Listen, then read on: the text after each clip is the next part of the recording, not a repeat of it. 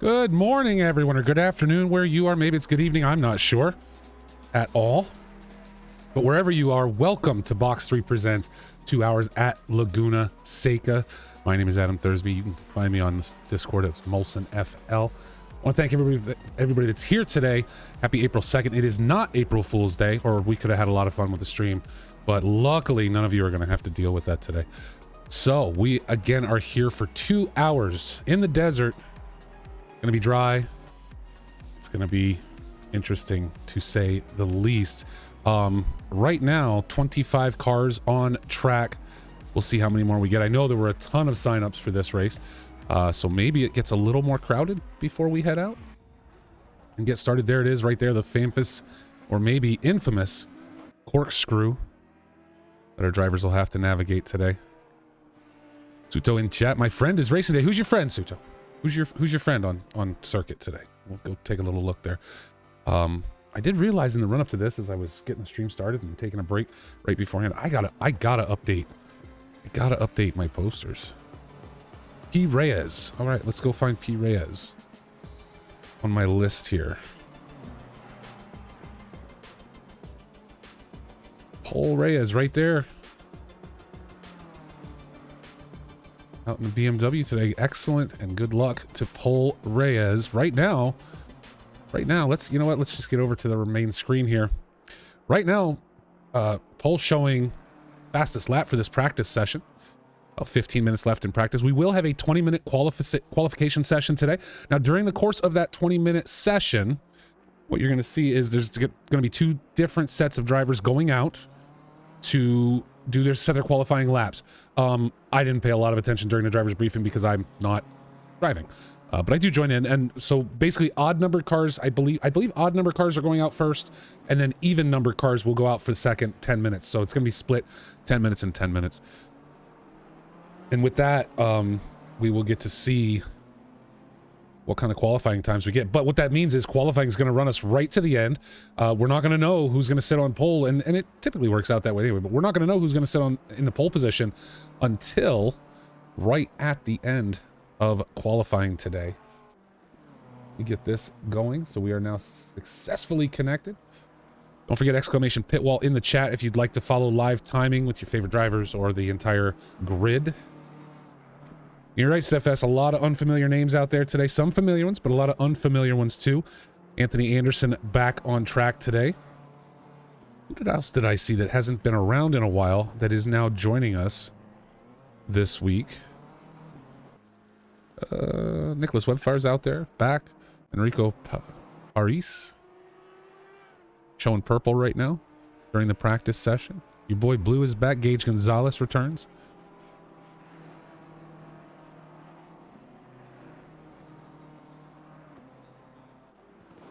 A lot of familiar and unfamiliar names. Rob Kesar back after a great run last week. Retro Coffin. As you can see, a great mix of manufacturers with us today. Nathaniel Fever setting the first 122 of the day. So you can imagine, I mean, now we're, up to 26 drivers at this point. You have to imagine, 122s, man. Laguna is a short track. Typically endurance races, I know for the most part, we run them on longer ones. Another 122 coming in. Run them on longer circuits, the spas, things of that nature that we really run them out. Even Kyalami last week, 140s, right? 140s, 142s, a little bit shorter, but Laguna really tightening it down. It's going to be crazy to see what happens.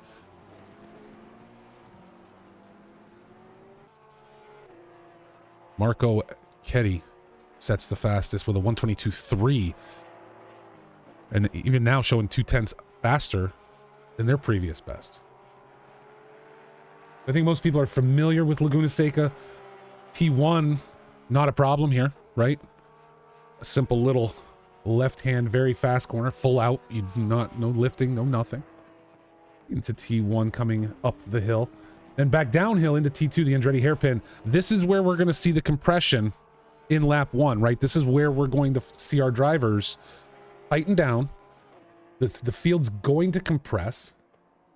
And so then it becomes an issue of, can everyone avoid problems until we can get spread out a little bit? We talk about it every week. You cannot win this race in the first lap, but you can definitely lose it, as right there, Marco Ketty beats his previous best lap with our first 121. So faster and faster today. I want to try and find someone who's about to start a lap. Here we go, Retro Coffin coming across the line. Let's go on board with Retro Coffin for a lap around Laguna Seca. Again, down into the Andretti hairpin. This is where this compression's going to happen. And this is the prime place where we're going to see collisions. Opening lap. Hopefully not. Oh, and Retro just kind of borked us there and decided he wasn't going to run that lap. Get back over with Nathaniel then. Porsche's running up top so far. We'll wait for Nathaniel to come around and get on board, and hopefully he will decide to run another flying lap.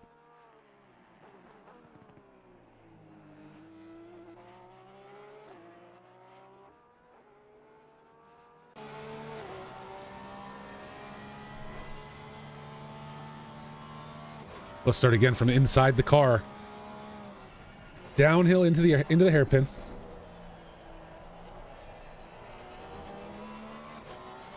You see how far? You've got to gear all the way down. Bring the car way under control. T3 not as tight. Opening up into T4, which is more of a faster right-hander. Called a mid right-hander, right?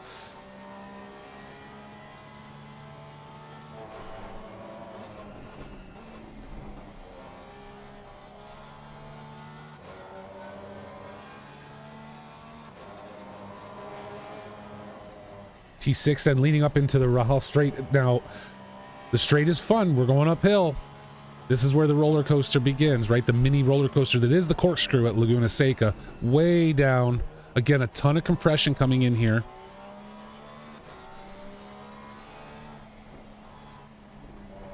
A little more open through T9 and T10.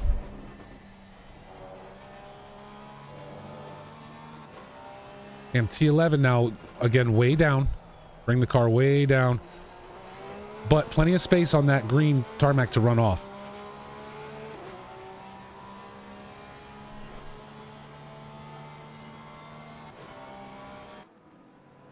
A full lap at Laguna Seca.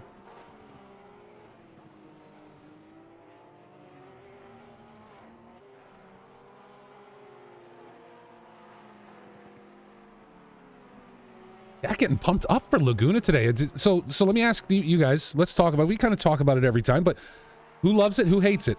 And tell me why. Don't just say I love it or I hate it. I want to know why. Why do you love or hate Laguna Seca? Personally, as you guys start to answer, I'll tell you, I would say I'm fair to middling on Laguna. It is not one of my favorite circuits, but it's not one of my favorite circuits in ACC. But I can tell you, as someone who runs iRacing, I love going to Laguna in the MX-5, in the Formula V, in the FF1600. Those all make very fun laps at Laguna. Why it's not my favorite in ACC, I'm not sure. Probably I'm just one of those that never found the flow in it. I like it. I enjoy it. It's not a Paul Ricard. I despise Paul Ricard. It's a parking lot. I don't want to drive at Paul Ricard. So I do like it more than that. So that's why I said it's fair to Midland. It's not one of my favorites, the Spas and the Brands Hatch for me, but it is up there in terms of places I enjoy going to drive when I'm out tooling about.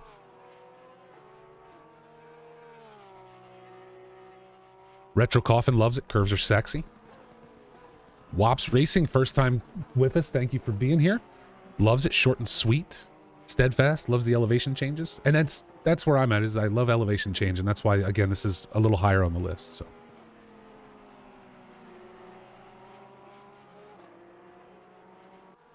Marco Ketty now in the pits. 7 minutes left in practice. Anthony Anderson's gotten himself up there, another 122. Ketty setting the only 121 so far. We'll see if anyone else can match that during qualifying today. One of the things we notice typically is that the practice times are about a half to 3/4 of a second off what we see during qualification.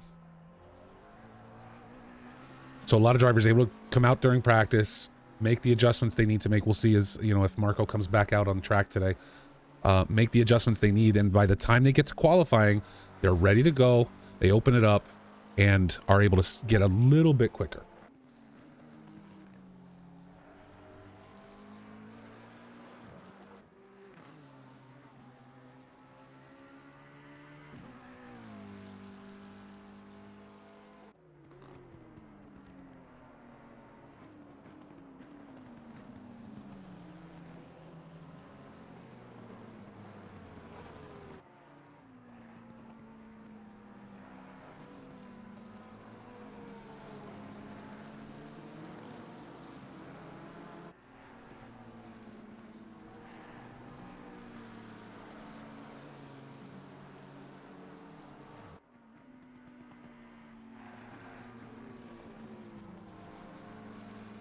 And joining me today, and I'm so happy he's back. He was unable to make the race last week. Mr. Philip Whelpcakes Milwee. Hopefully you can hear me, sir. Sure can. Can you hear me? Awesome. Yes, I can. Perfect. How are you? I'm doing pretty good. Excellent. Bit of a slapdash Sunday, but Mrs. gave me the clearing to come do commentary, so here I am. Awesome. Awesome. So happy to have you. You know you're my favorite. I think the audience loves you more too. I think they tolerate me. No. The ship would not sail from casting perspective without the captain at the helm. Sorry. I don't know about all that. I'm glad to be first mate. So excellent. Well, I am very happy to have you here as we take a look at I'm Not Jimmy driving what I can only describe as the Pepto-Bismol mobile. I think that's a livery issue. I don't think that's the design, although I could be wrong. So what do you think, sir? We were talking a little bit about Laguna Seca in the chat. Do you love it? Do you hate it? How do you fare? How do you feel about Laguna?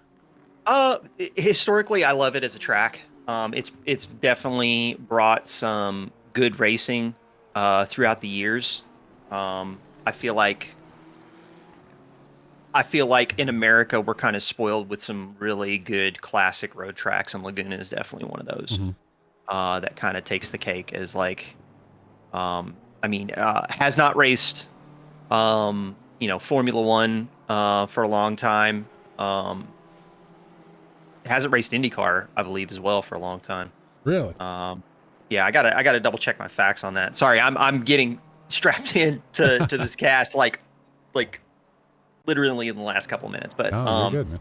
So I can go double check my facts. It's so for the open wheelers and stuff like that, it's a pretty dangerous track. It's bumpy.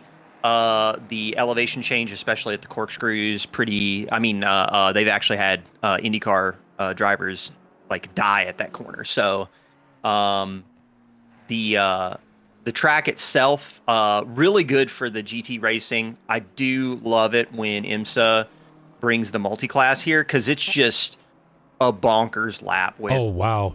with the DPIs and the speed differential between the DPIs and the GT3s Hmm. in some of the sections on this track can be pretty dramatic. For GT racing, I feel like it's a really strong track. It's a punishing track. It's a very American. It kind of fits in that category of American or British GT style circuits where the track limits are really a limit. Yeah. Go off and you get punished. Yep.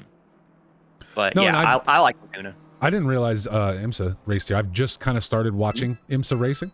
And so it's one of Oh, those things man. like, yeah, like I'm still watching Sebring, the 12 hours of Sebring, right? Because I put it on in the mornings for a little while I'm getting ready or whatever. I can only imagine, as you said, because of the speed differential with the different classes of cars, this being such a short track. Yep. I can only imagine the kind of shenanigans that get down at Laguna Seca in that kind of race. For sure. For sure. It is it is a very it's a very interesting lap in real world multi-car racing, multi-class racing. Unbelievable. I I love watching it. It's a good track, like I said, and I feel like for GT3s in particular, it's kind of like what I would consider. I would probably call it the smallest or close to the smallest that you can really go for a track Okay. in America. Because for me in particular, I'm not really a big fan of the tracks that have like the barely a minute laps. Like I know that SRO does Lime Rock, and I appreciate that they do Lime Rock. Hmm. Or yeah, I think it's them that do Lime Rock. It to me, it's just kind of like weird to watch because it's like a sub 1 minute lap for a GT3 car. It is, yeah. So and not only that too, I mean, it is a really small narrow track, really small. Like it is probably the very limit of what a GT3 can support. Yeah, I was I'm gonna sure say, I'm probably getting flamed to absolute into the ground in chat, but no, it's just not a word said. Not a word they said. just take everything. They just take everything I say at face value. I It's think great. that's what it is. Love it. They just, yeah, 100%. They're like, oh, Bill, what? Of course he's right. Come on. I just love that the fact that the internet has decided that one person is allowed to have an opinion. I guess it's me. It is. Today it's you. Under a minute left in a practice session. We will start up with a 20-minute qual. Don't forget, folks, qualification will be split up. Odd number vehicles will go out first for the first 10 minutes. They will have 10 minutes to set their quals. Then we will then move over to the even numbered cars, which will head out for qualifications in the final 10 minutes. Throw those card numbers up there. It'll give you some sort of idea of who will be on track when. Again, don't forget to exclamation pitwall in the chat if you would like to follow live timing on today's race for your favorite driver, your favorite team, or for everybody, whoever you want to watch. Oh, and Pitwall stuff is good.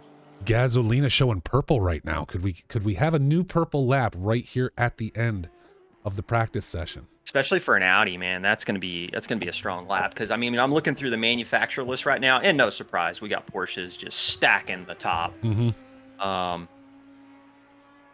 I think this is gonna be a fun race to watch. Oh. It's a very strong track for Porsche. How did he not record a new lap? Huh. That's weird. He might have been validated. Yeah, maybe. Yeah. Might have just invalidated at the last possible moment. It's easy to do on the exit of the final corner. You can push a little bit too much Yeah, I was into gonna corner say. entry. Yep. It's entirely possible. Yeah. Ivan Zoltarev heading into the pits to finish out this session. Rob Kesar still out on track, another Porsche. Shout out. Said, go ahead. No, go ahead. So the big shout out to my boy in P4 in free practice, John Jixer, longtime friend of me and Beltan. Been known Jixer for a long time. Glad to see him out here in the Porsche. I wonder if he's doing. Racing with the Forgot to Warm Up boys, but yeah, glad to see him here. Yeah, a lot of returning drivers, a lot of new names on track today too. People showing out for this event. Now, it was brought up during the drivers' meeting because ACC, unlike certain other sims, does not track pit entry and exit lines. At Laguna, folks will be following the full proper pit exit today. Was specifically brought up during the drivers' meeting. So yeah, I know it's kind of a bit of a bummer for the guys that want to get back out on track and get into the action quickly. I do feel like in my opinion, I feel like the pit entry for Laguna could just come off of the pit exit, the actual pit wall exit, because the entry into the Andretti hairpin in particular is really wide. Yep. I think the reason why they don't do it though is because of the nature of that hill that the pit exit is on. Yeah. Because if you're racing side by side and you're to the left, you could end up with a surprise car right in front of you, just popping out and not yet up to speed, right? Yeah. Even if you're starting to come down and you're in the brake zone, yeah, I could see that being a huge issue, and I can understand why they skip that corner and get everybody out a little bit later. Yeah, I feel like the actual where the pit entry lines up with the track can lead to some pretty awkward moments because cars are trying to get over to the left for the entry into turn 4 or turn 3, and it doesn't always work out. Yeah. So you could have a slower car on the outside. It could pinch off the line for the car that's actually trying to make their way around. So it's kind of an awkward corner. But I think, I don't know. I'm kind of mixed on the pit entry. Are you talking entry or exit? Well, I mean, excuse me, the exit. Well, the entry is also awkward. Yeah. Entry is also awkward. There's a giant tire wall willing to accept you if you decide not to approach the corner with the right level of caution. I've seen pileups on the pit entry of Laguna. So it is definitely one of those. Also, you got to watch out. Yeah, that entry is just. I mean, it's basically into a 90-degree turn, right? And I think it's actually less than 90 degrees. I think you're probably. I think it's a very acute turn. I think it's somewhere in the neighborhood of like a 60, 70 degree angle, and it is sharp. So you gotta get down. You gotta get through the gears quickly and in a straight line. Otherwise, if you lock up, there's stuff that you can hit on the side. There's stuff that you can hit to the front, and it can cause a pretty nasty pileup if you're not careful. Absolutely. Marco Ketty setting another 122. Ketty was the one during practice set a 121, so no doubt going to stay out there and see if he can extend that a little bit. Julian Buma just crossing the line with a 123.3. Take up second position for now. And as I said, this is only half the field, right? The other half staying in the pits, or the odd number drivers staying in the pits until 10 minutes have expired. So we got about 6 minutes left in this first round of qualifying. We're not going to know who's sitting pole position until we get right to the end. And I think smart on the organizer on Blue and Anderson's part to split the qualifications up, given how short this track is. Yeah, I think really a good idea to split it up. It's gonna be a wild race with the number of GT3 cars you guys have right now, for sure. So I'm kind of interested to see how the race itself evolves over time. Laguna is a track that usually has a pretty high attrition rate, given again the punishing nature of it. Yeah, it's gonna be a race. It's gonna be a street fight, but it's also gonna be a bit of a race of survival on your own part, not to create an unforced error, takes you out of the race, that kind of deal. Well, so. I hope drivers don't drop out, right? I think they're coming in. Let's finish the race. Let's you know what I mean. So I'm hoping we see people stick through. It's only a 2-hour endurance race. This is not like last week's 4-hour. I think we do have a few teams that are doing this, but for the most part, actually, let me go look here. Yeah, for the most part, I believe all single drivers. Yeah, so we do have number 555 car, Ivan Zolotarev and Eugene Goncharak are driving together.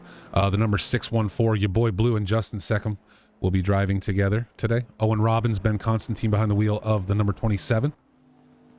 Paul Reyes and Carlos Hierro driving the number 98 car. Peter Davidson, Nuno Vieira in the 122, still waiting to come out. Enrico Ariz and Thomas Marcelino in the number 333 car today.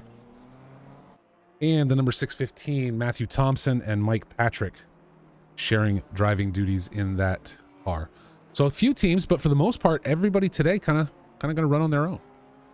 As Marco Chetti continues to just beat himself up in first place. Retro Coffin in second right now with a 122.4. Retro throwing it down with the Porsche. Yeah, again, it's one of those deals where I suspect that he's going to be a really strong contender in the Porsche. It's a good car, especially at Laguna. Retro knows the Porsche inside and out, and I'm pretty sure he knows Laguna inside and out because it's probably the OP track for the Porsche. For so sure. when is the Porsche going to get a nerf? I mean, it's the current BOP. Here's the thing: the current BOP I feel like is probably one of the most balanced BOPs we've seen in quite a while. I would not be shocked at all if we do not see a real BOP shift until we get the new GT3 cars. And even then, I would suspect the balancing is going to be more along the lines of trying to get the new cars where they need to be. Gotcha. I think it's going to be a long while before we approach the BOP again. The thing about the Porsche in particular is really strong at the Intercontinental GT tracks. There's only 4 of those. It's also pretty strong at a couple of other technical tracks. But I mean, like I'm looking at the balance of performance right now, relative to this track, and it's basically the normal like run of the mill Porsches. I'm seeing some Ferraris up top. Ferraris are strong around the Intercontinental GT tracks as well. They are also a bit of a death trap. So people are using performance to their advantage, but taking a lot of a roll of the dice in how that Ferrari suspension is going to hold through some of the bumpier sections of the track. Yeah. So we'll see. I mean, you guys have a lot of Porsches in the field. Jeez. Okay. I think I count 6 just in the top 20. Yeah. There's a ton here. Currently sitting in 1 and 2, with the first half qualifying coming to the end. You've got Ian King down there, Alex Bancroft Turner, Beaver. I'm kind of interested to see. I'm kind of interested to see how the BMWs handle out in I mean, as we saw in season 5, BMW was a very strong car. McLaren was a very strong car. We do have a McLaren inside the top 10. And then we do have Gasolina just chilling there in an Audi, currently 1.6 off the pace. Yeah. It'll be interesting. And Gaz in an Audi. I don't think we've seen Gaz in an Audi before. I mean, we have a ton of new drivers on track today, but I don't think we've seen Gaz in an Audi. I think I've seen Gaz in an Audi. I'm trying to remember what race it would have been. But Gasolina is he's a strong competitor in any car. Yeah. Oh, You do not have to do much with Gaz in terms of getting him race fit. He's just a really good technical operator in the car, so I'm not worried about him behind the wheel of any machine. 100%. A little bump in there. Alex Bancroft Turner with a little tap. Folks, don't forget after this week's race, and Phil, you mentioned it. We're kind of waiting for the new cars, the new update to hit. Why the season 6 on the PC side is kind of being pushed a little bit into basically into May, I believe, at this point. Coming up next week, however, we have, and we talked about mixed class racing at Laguna. We won't be coming back here, but we have a 3-week mini series running. Yeah. Race 1 next Sunday at 2 p.m. Eastern Standard Time, 1800 UTC at the Nürburgring. Then we on to Imola and then Spa for the last one. GT4, Super Trofeo, and Ferrari Challenge classes on track all at the same time. I think that's going to be an awesome series. I really hope to see a lot of the normal crowd there because I Hmm. think it's going to be. I mean, with the different like spec formats that are basically racing on track in multi-class fashion, I think it's going to be a really good test of driver skill. Okay. I'm really looking forward to seeing those cars out on track. Uh, I think it's just going to be I think it's just going to be a fun show to watch. And hats off to you guys for coming up with that. We I've seen that kind of format run before, and it is fun. I remember when we were goofing off with that stuff when we were doing beer league things. Hmm. That was a blast. So I'm glad to see it back.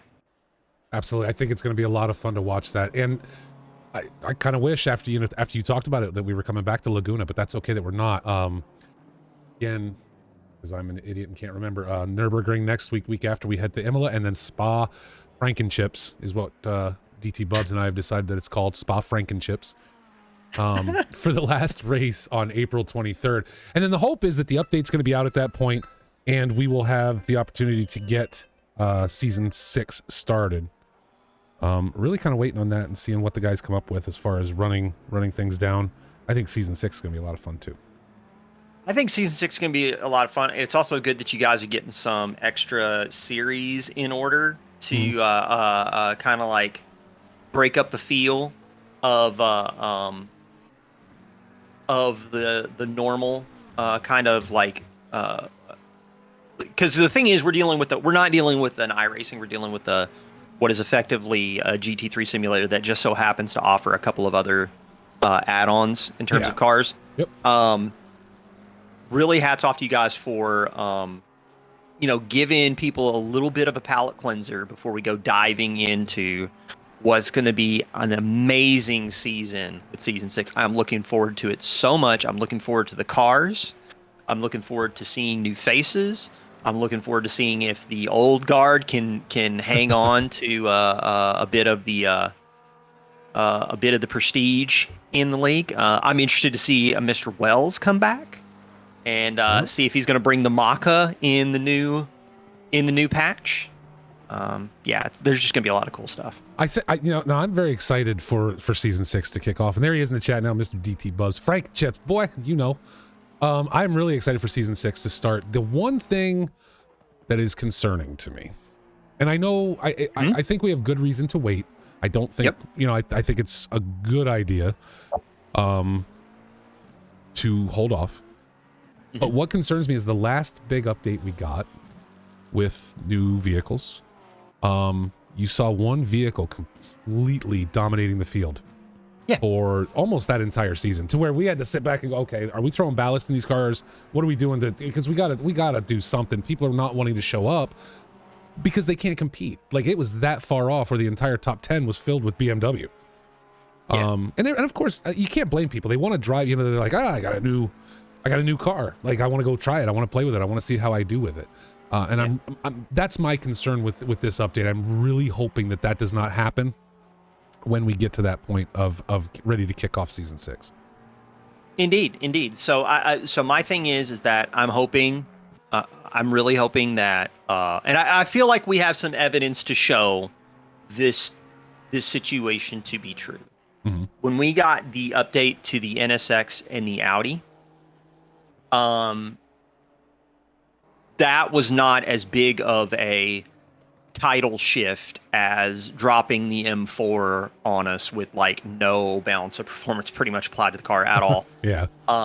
So I feel like Kunos has learned some really good lessons from the M4, and they've been able to put those changes into practice with the release of the Audi and the update to the NSX. I feel like the Audi, a lot of people might argue that the Audi was a little bit unbalanced on release. I mean, it is a rocket ship in a straight line. Mm-hmm. Do not get me wrong, but it is not the dominant force across all the tracks. The NSX, a little more busted, but not M4 on release day busted. Yeah. So I feel like they're getting better at it. They're getting smarter. We're just going to have to wait and see. All right, I got some cats getting ready to fight behind me. Excuse me. Let's go. Kitty fight time. Welcome in, Sarzosa. Thank you for being here and joining us today. Just under 5 minutes left to go in today's qualifying session, and then we are going to be ready to kick it off for 2 hours of endurance racing at Laguna Seca. So much fun. Back next week for multi-class racing at the Nürburgring. Nobody so far in this second group of drivers able to touch the 121 set by Marco Chetti in the 737 car thus far. In fact, nobody on track to this point has been able to break into the 121s at all. Marco, the only one, 122s from there down right now to about P9, as you see on your screen. And then we roll into the 123s, 24s, etc. One thing about these endurance races that I think gets very difficult is the fact that, you know, during the regular season, we have classes. We have our pro, our silver, our pro-am, and our am drivers. So we run 2 races, am and pro-am together, silver and pro together. And it splits up the field a little bit, allows people to race against those that are the same pace as them or very similar. But these endurance events, there's no classifying here. You see everybody there at their driver's numbers all red. Everybody's considered an AM driver, and they're not all AM drivers, obviously, but everybody's considered one for the purposes of this race. And I think it makes an event like this harder because the fast drivers want to roll. The fast drivers want to roll, and they want to roll hard. As Tobias Gable as a late joiner, wow, in the number 188 car, I did not think we would see in the Jag. Is he really? He's in a Jag. Oh my Oh Lord. my goodness. Oh. Yep, there it is. TG Yep, that's coming, right. and he's not gonna. I assume he's just gonna sit in the pits. I don't think he's gonna head out for a qualifying lap here. It looks like TG's out to have some fun today.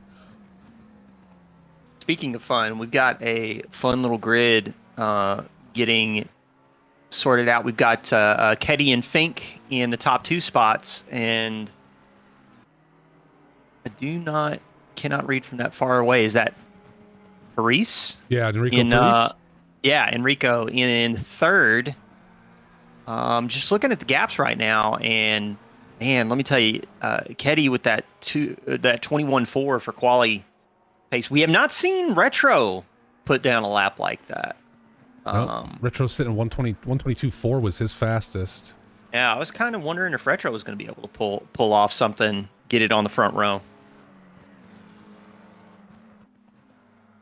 Even, I mean, look, again, like we said, we have a lot of new drivers out here, but some that we do know, Retro Coffin being one. Anthony Anderson, another. Anderson running a 122.5, sitting in 7th right now. I think a little surprising there, actually, right? I mean, Anderson finished right at the top of season 5. Really, we know he's fast, but he did say during talking to him a little bit before the race, this is his first enduro with his new pedals. Oh, interesting. So he could be learning a little bit from new inputs. Yeah, he was a little concerned that his left leg might not hold up for the entirety of this race. Oh, come on, Anthony. Come on. Well, he's like some people that we have in the Discord and in the league that they skip leg day. That's what it is. Anthony, seriously, you're going to be that guy that's like, yeah, I just bought my brand new home gym. I decided to try it out by putting all the weight on.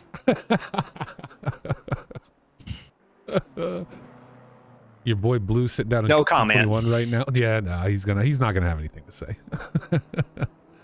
Coffin in the chat saying he's gonna be the slow boy today. Slow boy in 6th. In 6th, but yeah, sitting in 6th, and he's the slow boy. Mm-hmm. Your boy John Gixer in 5th right now. Yeah. As everybody starts heading for the pits, we are gonna wrap this session up. Just 33 seconds left to go.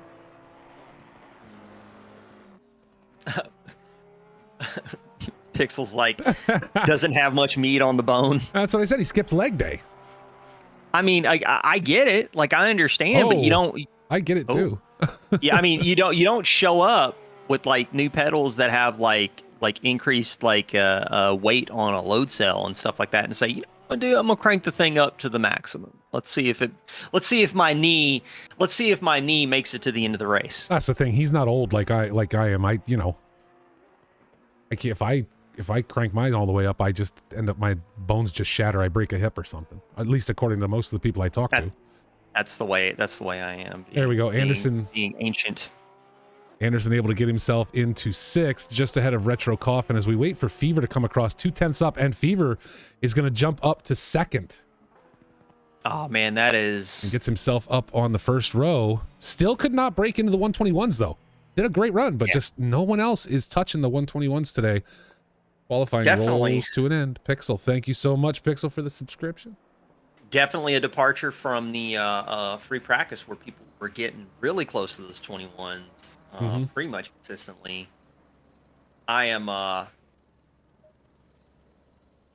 very interested to see this race start. Off the line, Honda's going to have a definite advantage going into turn 2. Wonder if Fink's going to be able to make a move, get lined up on the inside, maybe into the Andretti hairpin.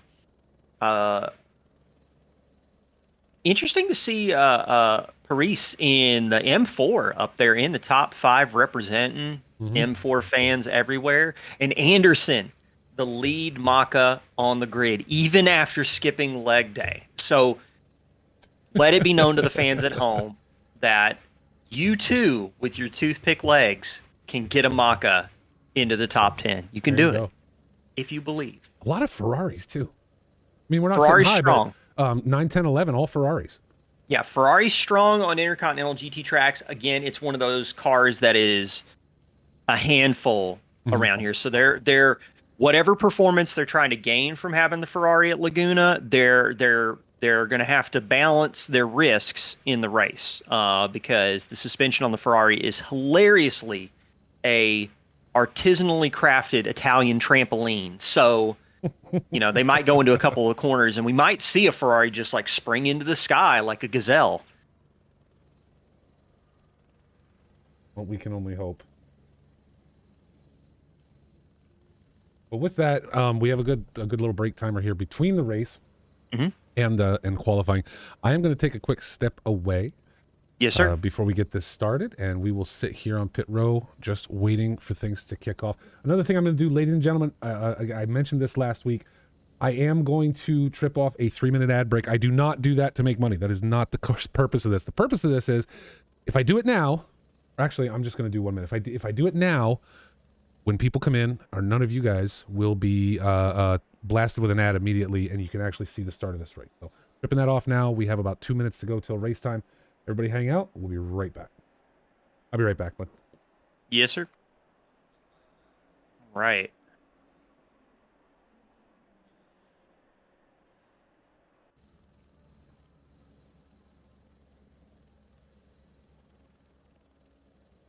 Man, Ketty with that 21.4, putting it on pole position. That was a big lap for him. Fever did get it on the front row, but again, kind of like nowhere in that 21 land, like Ketty was laying down. Again, I see Fink on the inside, P3. That is going to be interesting. Honda is going to be a bit of a rocket ship off the start. Paris in the M4 aero platform, one of the most solid aero platforms in GT3 right now in ACC. So I feel like Paris should have a little bit more of a nimble car for most of the other front engine counterparts out there. John Gixxer in the 64, putting it on the third row of the grid. Big result for Gixxer. Let's see if he can convert and maintain that top 5 to the end of this race. 2 hours is a long. It's going to feel like forever at a track like Laguna. Anderson alongside Gixxer again might have a bit of an advantage off the start. Well, actually, no. Porsche's going to have more acceleration for sure. Anderson also, man. Maka's going to be a tough car around here. It's really sensitive to damage, so he's going to have to protect the car, reduce the amount of time in the pits. It's going to be key. Look at that. I sat down just in time to get things rolling on the formation lap. I'm some kind of fancy today. You are. Age and experience. See, all these young bucks think that maybe they're faster, but youth and speed will never defeat old age and treachery. Yeah. Old age and treachery. That's right. That's a good one. That's a good one. I'm going to keep that one. So time of day on track, you see the shadows a little long there, starting the race at 1900 hours. Track temperature of 22 degrees Celsius. So not really, I mean, sun's going down. Sun's getting real low. So yeah. ambient and track temperature matching right now. And I have a feeling that track temp's only going to drop from here. We might see headlights needed at the end of this 2 hours coming in around 9 o'clock in game time. That could be interesting. I wonder if we're going to see it dip below the 20-degree mark, where the colder temperatures are definitely going to affect grip levels. And with some of the cars that we have on track for this race, that could be a bit of a liability. I'm looking at Winkler in the 321 Nissan. Going to be interesting to see how the Nissan manages its tires for a 2-hour race. Also, the Porsches, while being strong around here, they are notorious for ruining. You can ruin some tires pretty easily over rotating the Porsche in every corner if you're pushing like mad. So it'll be interesting to see. One driver we're going to keep an eye on today, the number 188 of Tobias Gabel. In the Jag, did not qualify, starting in 27th. I think it's going to be just absolutely fantastic to see what he is able to pull off today as our drivers start getting lined up in double file for the start of this race. Now, again, remember, folks, turn 1 is not a problem here. Full speed, left-hander coming off the line. It's going to be all about the Andretti hairpin. Turn 2 at the start of this race. All right, let me actually shut off my autopilot because I kind of want to be able to move around quickly, see some of the action on track. Keep our cameras pulled out here for the start as we get ready to go green. Pixel, I'll match that if he wins.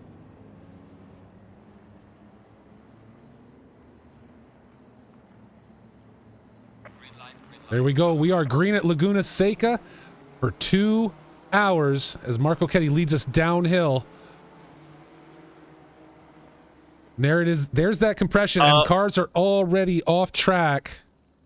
Yeah, that looks like that was a bit of a moment. Now, it did look like one of the McLarens a Ferrari got involved, but did manage to dodge a bit of the chaos. Oh, I'm looking.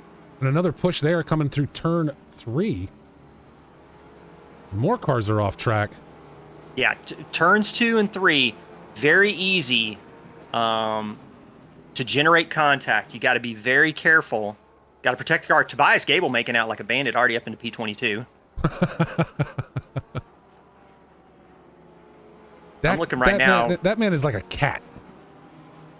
He's like water. He just rolls through this stuff. Let's head down to the corkscrew with these front runners. That's for the first time. Marco Chetti leading out and already opening the gap up to 2 seconds. Mateus Fink in second. Nathaniel Fever in third. Man. The start of the race, what I can only refer to as an Italian crime wave. The 3 Ferraris just basically ended up completely out of place into turn 1. Yeah, we'll have to go back and review as the accident reports continue to stream across the screen. No drivers lost yet, though. It looks like people are staying in the race. They know things happen.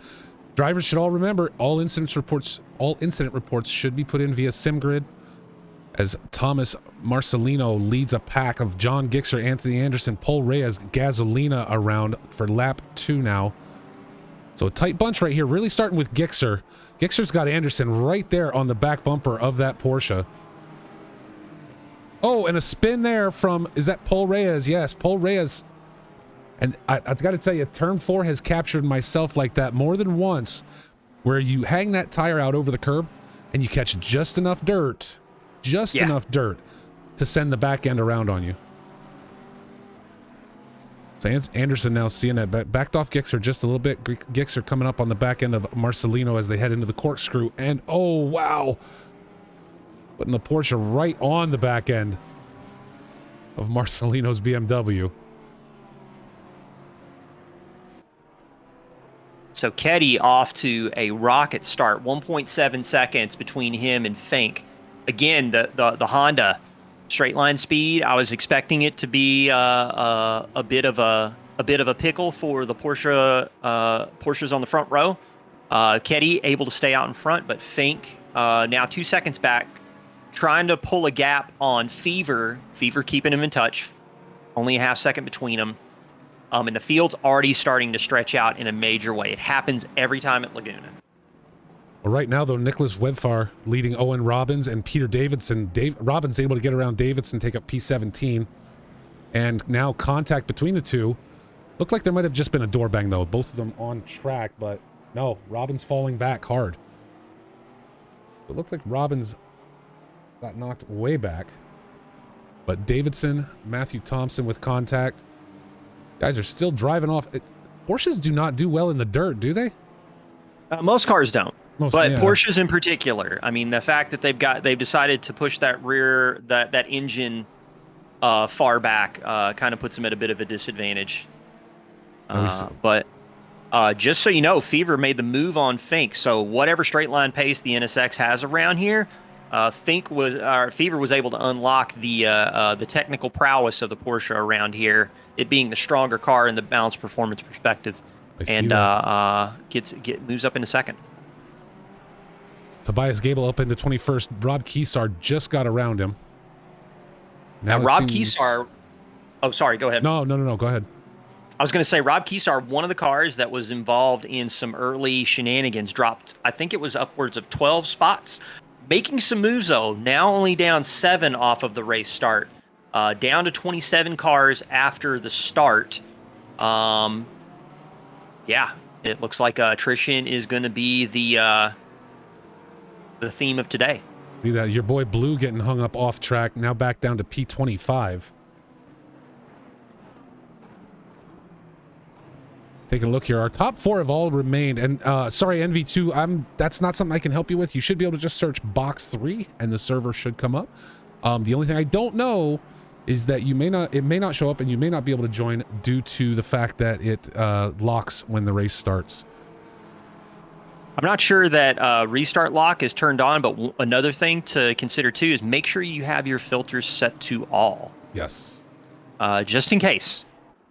Nicholas Webfar now dropping back. Owen Robbins all the way back in P27 after the dust up. Paul Reyes, Gage Gonzalez, and Ivan Zoltarev are playing through the corkscrew. Zoltarev able to pick up P13 right there. Gage Gonzalez. Such a small track, it's so hard to keep up with all the battles. These guys are making passes and we're getting hung out, because I can't. There's so many going on at one time. As we catch up with Anderson now, looking to make a move on Marcelino as they come around for lap 4. Yeah, lots of close fights. The other thing too is it's going to be critical for drivers to try and remain on the lead lap as much as possible, because once you start falling into the clutches of blue flags around a track like Laguna, you are just going to lose so much pace relative to the cars around you. Mm-hmm. You're going to have to hope that people end up getting caught with bad traffic in equivalent or worse places than you. Laguna, again, it's a very punishing track when you start to fall off the lead lap. Rob Keesar just got passed up by James Bising. James Bising returning to racing with us. Haven't seen him in a minute, but Tobias Gable still right there in the Jag. We'll keep an eye on him all race. Gasolina gets Gixxer all crisscross applesauce in the corkscrew. Gixxer does hang on to it, but man, the Porsche kind of had to squat on the apex of the corkscrew, and it definitely did look unsettled. Gixxer doing well so far, though. Down 1 spot to Anthony Anderson, but we kind of know the kind of speed Andy Anderson pulls on whatever track he's on. He's going to use the new pedals excuse today as Bison continues to battle with Rob Kesar. Gable falling back just a tad off of that.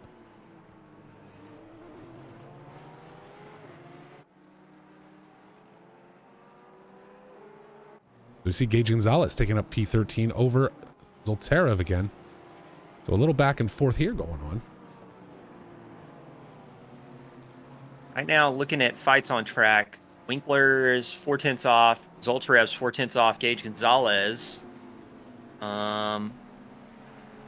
We got Watros, Kesar, Gable. Man, we got so many fights within a half second. But Anthony Anderson now 3/10 from Marcelino.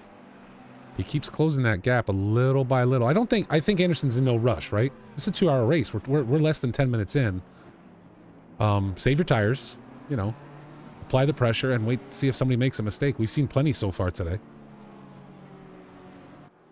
It's a track that does not reward mistakes. Very much a track where you kind of have to put your foot right pretty much from lights out. Marco Ketty setting a new fastest lap there, a 1:22.295. So Ketty just running right now. Has already opened the gap to 5.6 seconds. Over the next that is not shocking. I'm looking through the field right now, and we already do have a number of cars that are not on the lead lap. So we're going to start seeing a bit of traffic bubbles start to move back through the field that is on the lead lap as the lead lap runners start to drive around and catch people that are down a lap. It's going to be interesting to see how the traffic management is going to be critical. I know there's only 27 cars on the grid after race start, but for the folks at home, definitely keep your eyes peeled because traffic management around Laguna is absolutely nuts. Which, sir, that is another reason why you should watch an IMSA race around Laguna. Oh, it's bonkers from a traffic management perspective. I can only imagine the kind of insanity that you find there, and that's what we were talking about earlier. Anderson about had the play on Marcelino, had to back out coming uphill towards the T6 to head towards the corkscrew. Mm-hmm. But he's continuing to maintain pace, so he's sticking with him. Mm-hmm. And I'm seeing Gixxer, once in a while, Gixxer nudging a little closer. I mean, the longer these guys fight, the more opportunity it gives Gixxer to pull up on both of them. Actually, yeah, that's a good point. I kind of want to take a look at, it does look like we just had a place swap with, I believe it was Buma. Can't tell if Buma ended up getting around Retro or that's Reyes that fell into the clutches of Buma. I'm going to check real quick at this Marcelino Anderson fight relative to Gixxer and Gasolina, because it does look like Marcelino's kind of like a cork in a bottle right now that's holding back some of the faster cars that are out on track. Yeah. Wait to see as Tumara now slides back. Must have had an issue there, just continuing to fall back off into the dirt. The sand is, and Coffin and Winkler now both off. What happened here? Let's back this up. Off. Let's back this up. Focus on Retro. Coffin and Anthony Anderson showing contact. Fink falling back with contact with someone. Yeah, we got some calamity happening here. Yeah, some sideways action coming out of turn 4. So with that, Marcelino now in 3rd, Anderson 4th, Gixxer 5th, Gasolina 6th. Right there, the 321 car hooking up the curb coming out of turn 5 and slid sideways into Retro Coffin is what caused that. So Gixxer now closing in on the back end of Anthony Anderson. Anderson having to go deep into the turn 2. And that's tough too. Going too deep in the Andretti hairpin, there's a lot of trash on the outside, especially when you start to get close to the entry and to the exit of the corner itself. So not picking up the marbles, definitely gonna kill. And not only it's going to introduce understeer on corner exit, but it's also going to potentially induce oversteer on corner exit, especially if you run over a lot of the marbles with your rear tires. Christian Winkler able to take up P13 over Ian King right there. Now King getting passed up as well by Patrick Watros. So it looks like King struggling just a little bit. Gasolina. Oh, see, I go to one battle and then another one happens. Let's back that up real quick, 10 seconds. Gasolina able to get past Gixxer on the uphill. So now Gaz going to have some clean air to the back of Anderson, right? Yeah. Obviously got a little space he's got to make up. Anderson continuing to battle with Marcelino is going to slow their pace. As Retro Coffin, it looks like maybe off track again. I saw Fink come into the pits. I'm not sure about Retro if he's going to have to take a pit stop early.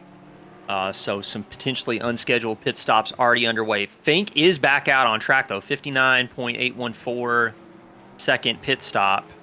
And should be back out on track. He does have a stop go 30, though, for a pit lane speed violation. Ooh. Very easy to do around here. Very easy to do. You can sometimes get to the end of the pit stalls and see the white line and assume that that is the trigger for you to turn off the limiter. No. Same deal on corner entry. It's very easy for you to clip the inside of the corner when trying to come in. It come in a little too hot, so that's definitely going to catch Fink out. 30 seconds is brutal around here for a and we got another one. We got another one out coming out of T4. Another slide from Christian Winkler, and it looks like Retro Coffin possibly getting scooped up in that. Oh man, Winkler and Coffin coming together again on an unforced error. No. Winkler slid sideways, and I think Retro got scooped up. But what happened to Retro? Oh, Retro had to teleport to the pits. Now showing in third. Obviously, that's not true, and that will update. But yeah, Retro getting scooped up in that as Winkler went sideways. It looks like Retro might have retired. Yep, I think we just lost him. Which is unfortunate. Well, I mean, I still see him in the registering is in the pits, but he's also not on the relative. So okay, I think he might have just lost him. But Anthony Anderson is able to complete the pass on Thomas Marcelino to take up P3. Took his time. It took we're 10 laps deep. This battle's probably been going on for 6 or 7 of those.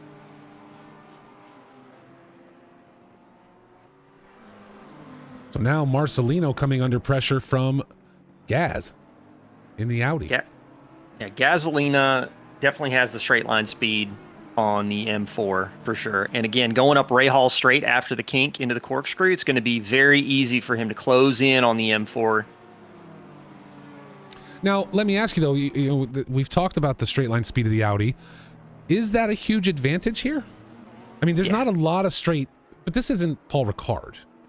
It's not Paul Ricard. You are correct. But the thing is that cars that suffer with acceleration around here, definitely going to be a little bit more vulnerable. Because the thing is that Audi has top end, but it also has acceleration. The part where it's kind of like different from the other cars is kind of like how it handles like aerodynamic and mechanical grip relative to the competitors. So basically, anything in a straight line, even from a dead stop for the Audi, is good. Gotcha. And so the only car around here that can probably match it in terms of straight line acceleration, probably looking at the Porsche. But the M4 definitely going to be vulnerable, definitely going to be susceptible to a bit of the straight line advantage and the acceleration advantage that the Audi has. So far, things continuing to stay tight between Marcelino and Gaz. Anthony Anderson's getting to walk away a little bit. Gage Gonzalez gets around Paul Reyes to take up P8. And now Gixxer. Gixxer's decided Gaz is his next target.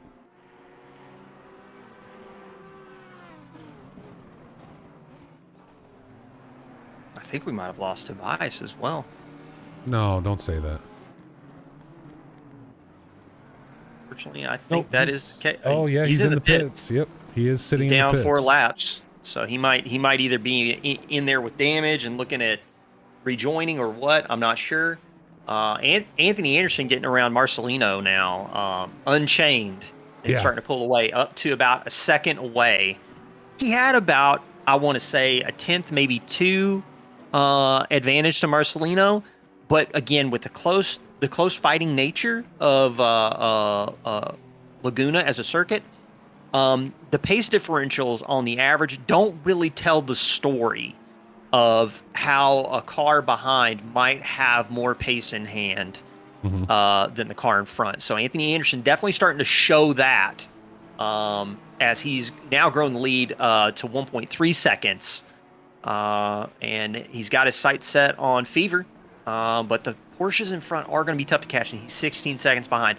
I think Anderson going to have to play the strategy game if he wants to try and pull out a top 2 finish.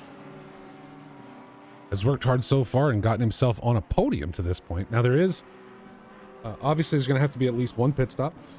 I believe, 2-hour race, I'm not sure that mandatory comes into play. I think you're going to see every one of these drivers taking tires and fuel on board. Also, I think with the potential temperature differential, if I'm taking a look right now, let me jump over to ACC TV real quick because I kind of wanted to take a look at this. We're looking at 21 degrees. If we ended up dipping below, kind of like south of 20 degrees, we could see tire wear, I think, starting to become a bit of a factor. Okay. So people that are willing to try and risk it for tires would be go ahead, sir. No, Jimmy and James Bison fighting it out, but Jimmy, we've seen this at least 4 or 5 times already in this race, and we're less than 20 minutes in. Jimmy dipping a tire into the sand, coming a little too far off the curb. Luckily this time keeping control of the car, but giving up P16 to James Bising with the inside line, and Alex Bancroft Turner right there in the number 1, 2, 3 car, and now Jimmy having to fight him and maybe giving Bising an opportunity to run off a little bit. So they did give a little bit of a hip check into turn 3.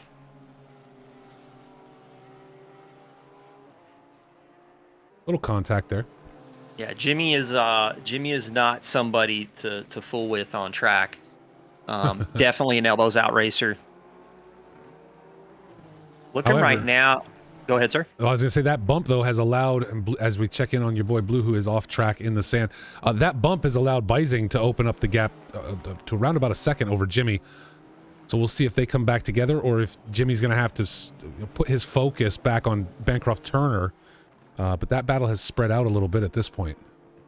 Again, more straight line advantage from the NSX potentially, and not only that, tire management for the GTR around a track like Laguna is going to be, it's going to definitely be something you're going to have to consider, because you can just rip through tires in the GTR. In terms of a endurance race, I'm actually kind of curious with the fuel bop, the way that they get altered sometimes on these tracks. I wonder what the GTR is running for fuel tank. Because it tends to have a bit of a heavier tank. I'm kind of curious if there could be some fuel saving strategies on offer for the GTR.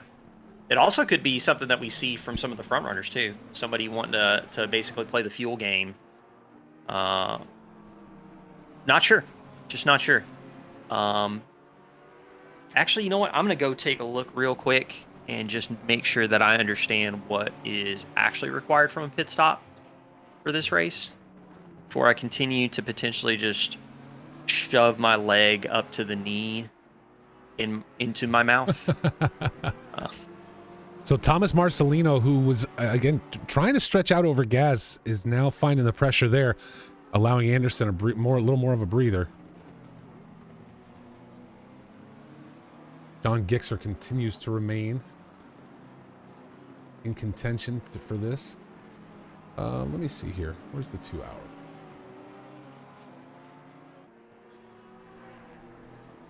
I'm not sure if we could get anybody who's already taken potentially a pit stop in chat or retro to let us know what the regulations are. I'm under 65 minutes stint timer as listed. Oh, interesting. So if it's just a 65-minute stint timer and there is no requirement for fuel or tires, this could be very interesting to watch for somebody that's willing to try and roll the dice for the sake of some positions. The Porsches up front though are kind of in another world right now. The gap has grown to almost 19 seconds to Anderson.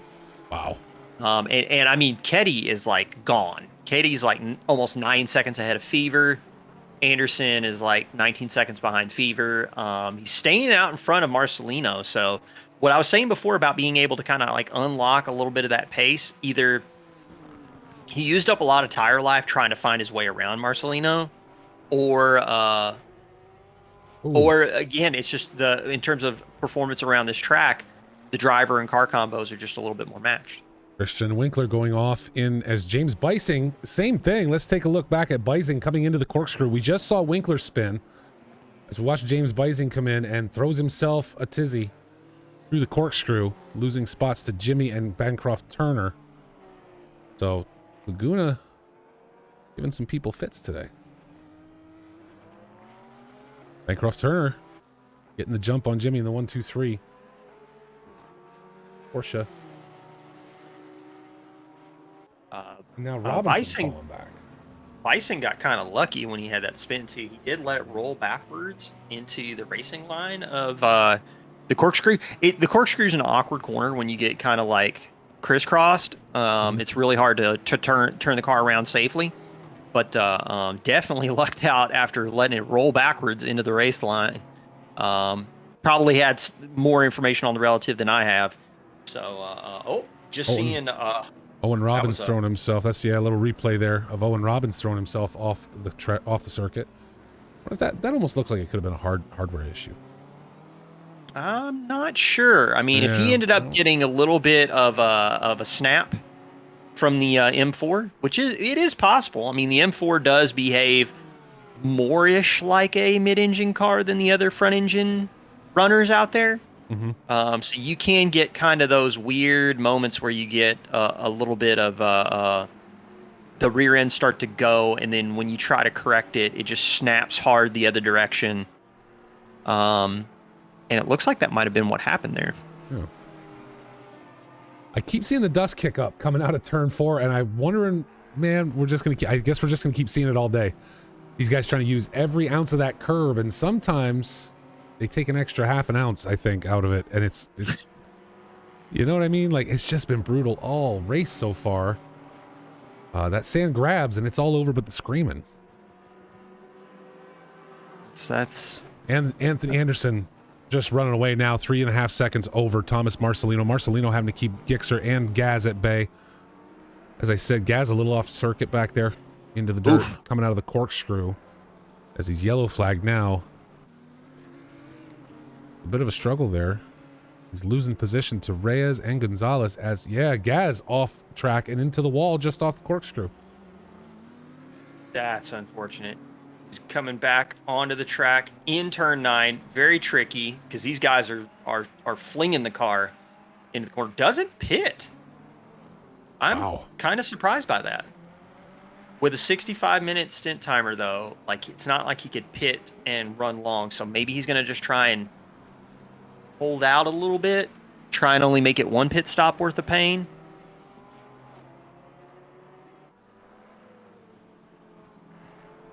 As Gage Gonzalez gets ahead of Paul Reyes.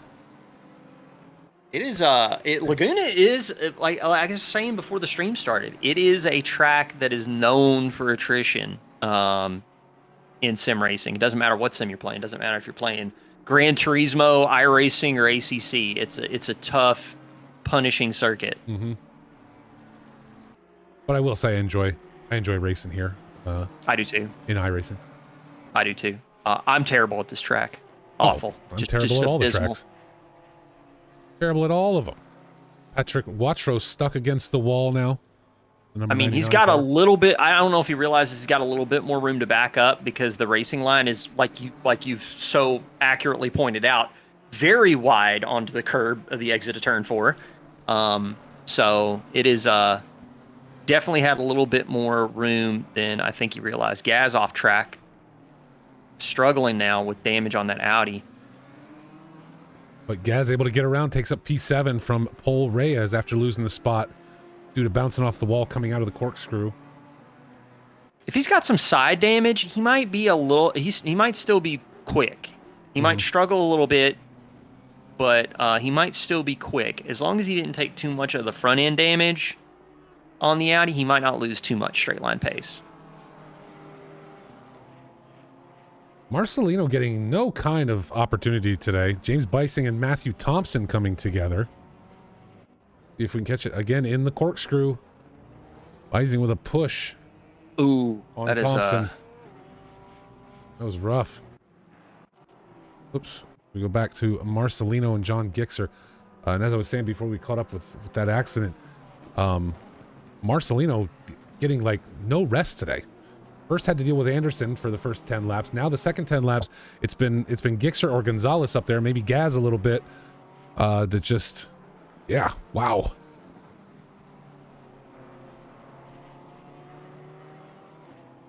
Yeah, Marcelino kind of dealing with, the smallish nature of Laguna and the fact that the cars, they usually are relatively, they can get relatively close to one another pretty quick. And he just, like you said, he just hadn't caught a break. Bising and Blue coming together for P18 back here. Why is Blue in the BMW? I know. I was just about to say his boat looks a little bit different this week. Right. Oh, and Bising off track into the sand there. And there's the hazard. You just saw Pete Davidson, I believe. Yeah, Peter Davidson right behind. Did you see Davidson follow him into the sand? It's easy. It's easy to do. And a door bang through the corkscrew as Davidson gets around. But yeah, I guess that's why I bring it up. Is it's so easy to be chasing someone down, and you end up following their line, right? Yeah. It's insane. Well, and the other thing too, going into the kink right there before Ray Hall straight, it is very easy to let the draft pull you in. Bising making some moves, trying to make it happen at turn 11. They come together. Oof.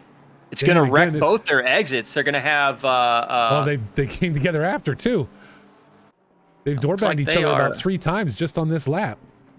Going into turn 2, I suspect we're going to get a squeeze. Very easy. Oh, looks like Davidson's going to give him the line. 21 card deciding it's beach time. Oh man, front end damage on the Ferrari. That's going to be painful. We're getting close to pulling a pit stop for the 65-minute mark. We're getting closer. I think a lot of the cars that are suffering with the damage are just trying to get to that 65-minute window. Kumar and Rob Keesar battling it out on the next lap. These two have door bang. A lot of door banging today. Yeah, it's a small track. It's an American road circuit. It is very easy for you guys for the drivers on track to come together. That's why I wish we would just have more American road circuits in ACC. I want Road America. I want Road Atlanta. Give me Sonoma. Just give me Sonoma. Give me Sonoma, please. I want to see. Retro. I want to see. Sebring would be good. Sebring would be good. Anthony Anderson off circuit, dropped back to P5. Marcelino and Gixer both able to get around. Let's back it up, see if we can see where it happened. The car going into turn 11. Yeah, car going into turn 11 looked pretty unscathed. So while Anderson's going to take a few laps to have to get those tires back into operating order, not going to be dealing with a repair bill on his pit stop. So that's good for him. So now just kind of calm down, get settled, get back in the groove. 22 laps in this race. We got an hour and 28 minutes left. Just taking a peek right now, it does look like from an attrition perspective, we are down to 25 cars. No, maybe less than that. We might be down to 23 now. Yeah, I see that. James Bising looks like James Bison's struggling today a little bit. Yeah, the attrition rate at Laguna, again, the story of the race. Meanwhile, Marco Ketty continuing to run with this. That gap back to Nathaniel Fever now, 14 seconds. And with all the mix-up with Anderson sliding back, Fever I'm sure happy to run this the rest of the race. 29 seconds back to Gixxer in third. Yep. It's down to, I think, for the front runners, it's going to be down to pit stops and a strategy mistake for a race determining situation. But I say that also, we've still got back marker traffic to deal with. It's very easy for you to get collected trying to pass a car that's a lap down. So we'll see how that plays out. Because again, King, oh my goodness, Ian King off the road. You just watched him bounce across. Yeah, for the folks that may be looking at the fact that we're dealing with only 23 cars on the grid, that's still a lot of cars for this track. I would say the racing starts to get a little cramped in areas at around 20 cars, and I know that may seem weird, but again, yeah, but we're talking sub 125 lap times, right? And so I think when you are on a circuit that short, that you're never going to be out of traffic with 20 cars. Never going to be out of traffic. Also, with the way that the pit entry and pit exit are arranged, dealing with the fact that we already have cars that are upwards of 3 laps down, like it's going to be a tough race for the 23 cars that are left on track.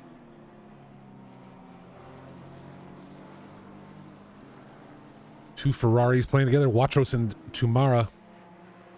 Watros able to make good up, take up P14. What's amazed me so far, though, is Anthony Anderson has closed the gap up to Marcelino.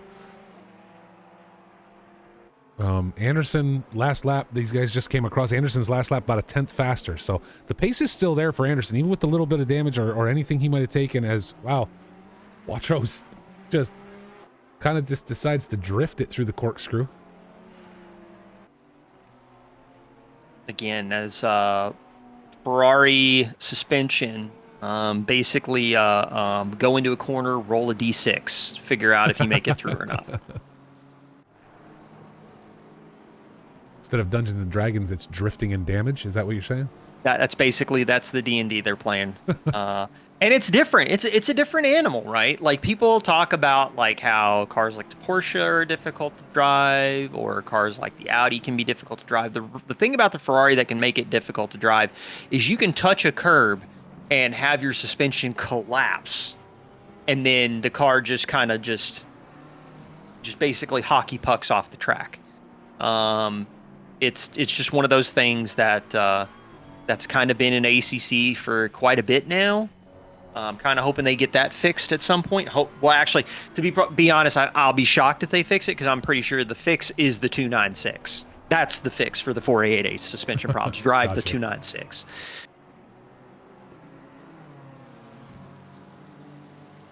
Talked about Marcelino today. Marcelino just getting absolutely lambasted every lap, having to play defense to somebody. I know, man. He's gonna have to deal with Anderson, and then right behind Anderson, you got Gage Gonzalez. Reyes is not that far out of touch, so we're gonna see. I'm still waiting for us to get to that hour and 5-minute mark.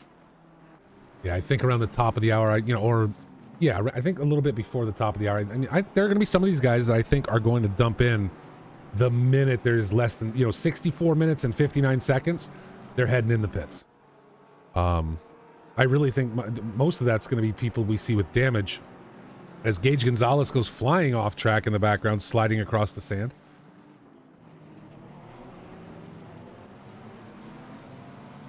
You see the shadows starting to extend. Track temps are still 21 degrees.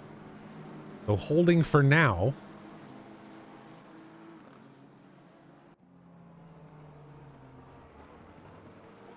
This has got to be one of your favorite circuits in iRacing, right?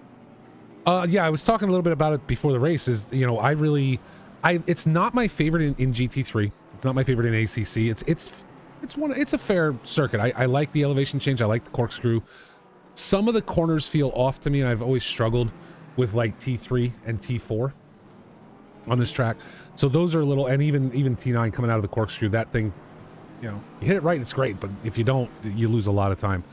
But in iRacing, MX5s, and I'm gonna make it here to see what anybody says, but Formula Vs, I like the V. So throwing down Anderson now, losing a ton of space. Something happened here. I don't know if they came to. I didn't see an accident report. Did they touch? Anderson touches Gage Gonzalez, and the back end goes out on the McLaren on the inside of turn 5. He's got to try and get. Oh man, he's rejoining, but he actually kind of planned it pretty well. Wow. I was thinking it was going to be bad, but I think he had just the right amount of time to get back on track. That's going to be a lot of positions lost for Anthony Anderson, and taking 2 shots to the side in turn 3, turn 4, and turn 5. I'm hoping that damage is not going to affect the McLaren's top end too much. Yeah, Anderson now in P10. So now Marcelino's got some breathing room for the first time. He's got more than a second to a car. Right. Catch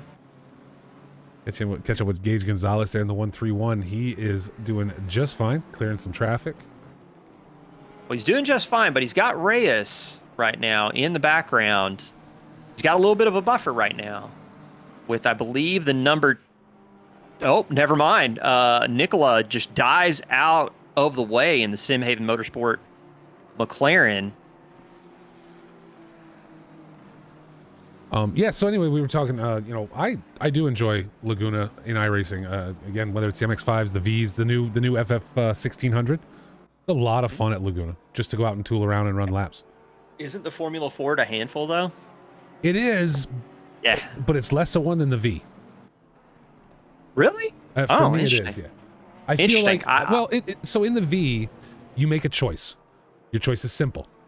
You either downshift or you push the brakes. You will not do both, because if you do, you're done. That's it. It's over. You're going to spin.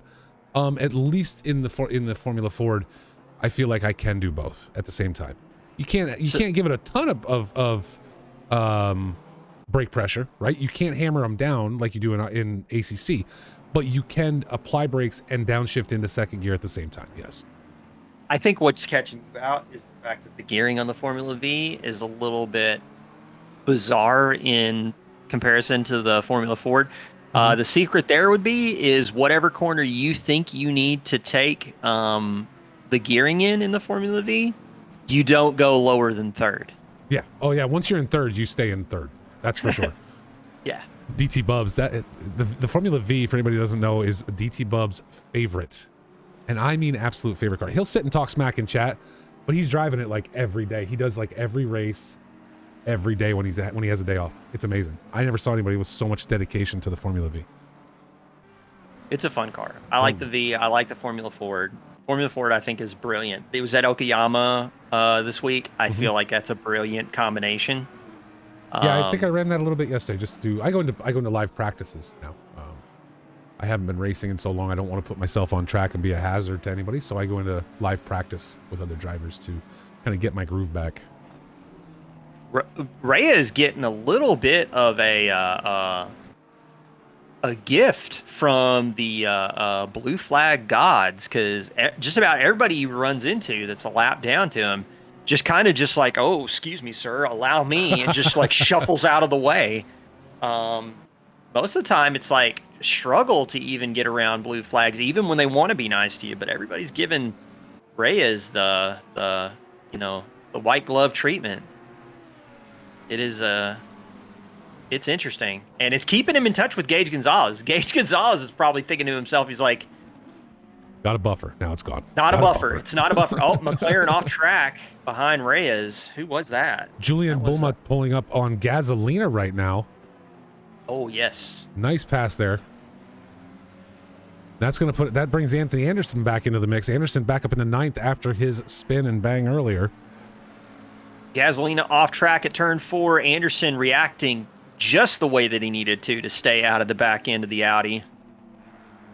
Gasolina is fighting to get this car to the pit stops. Now, the question's going to be, is he losing more time in the pits, when he's getting the repairs relative to what he would have lost if he'd have just pitted and got the repairs fixed. Yeah. I think Gaz is making the smart call because I've seen Gaz race before under tough circumstances, and he usually makes the best of a bad situation. He's very much a world-renowned lemonade producer when it comes to being handed lemons. Kyle in the chat, do y'all have an Xbox League? Yes, we do. For ACC, absolutely we do. New season coming up very soon. Until then, there's a few mini events or mini seasons running throughout the month of April. But yes, please hit that link right there and join us for Xbox ACC racing over at Box3 Motorsports. They just had an M2 race yesterday. Yeah, I was about to say, I believe they've got some M2 madness going on, which the M2, if you're not familiar with it, is a very fun car for close racing action. So definitely go check that out. Yeah, they did the M2 yesterday. Now I don't think that's a series. Yeah, Interesting. I think it was just one race.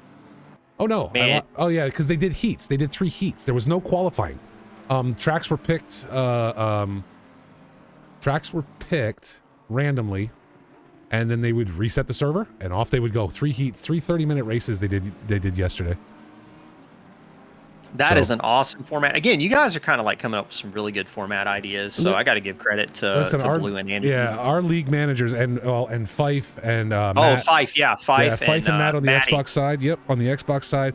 And I got yelled at, Rick Pixel on the PC side, because I forgot to mention him the other day, because like this race, the multi-class coming up, I think, you know, the random race roulette that we run on Thursdays, that to me is a great format. I think that's a fantastic format.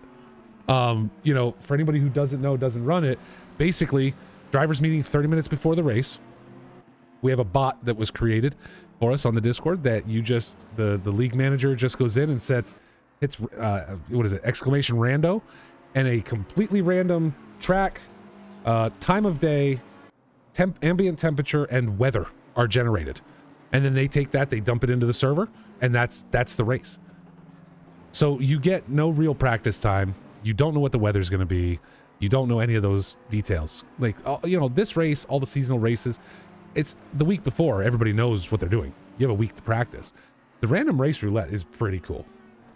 Yeah, it's good because it gives people it gives a good equalizer to the people that are kind of at a disadvantage when they don't get to practice. But at the same time, too, I bet it really shows like who's a driver that knows the tracks and the cars real well and can just kind of like slot in and start pumping out fast lap times. Looks like Marcelino about to come under pressure again. Gage Gonzalez has been closing this gap down for P4.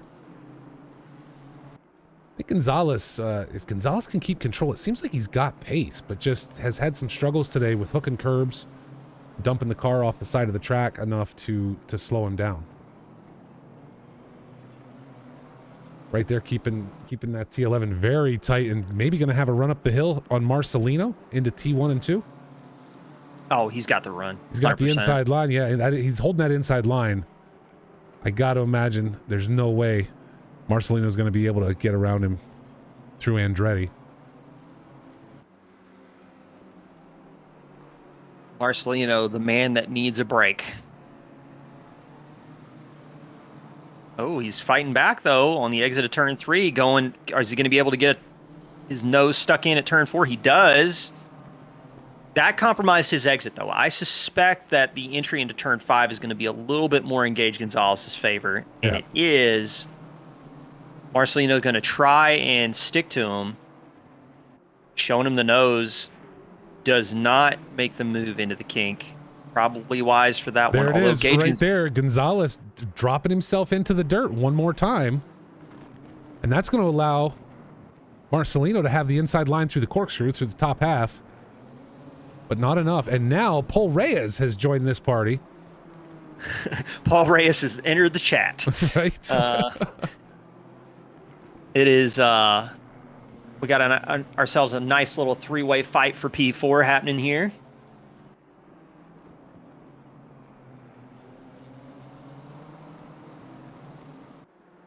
Gage Gonzalez is going to have to try and stretch the legs on that GTR and start to pull away from these M4s, but they are keeping him honest.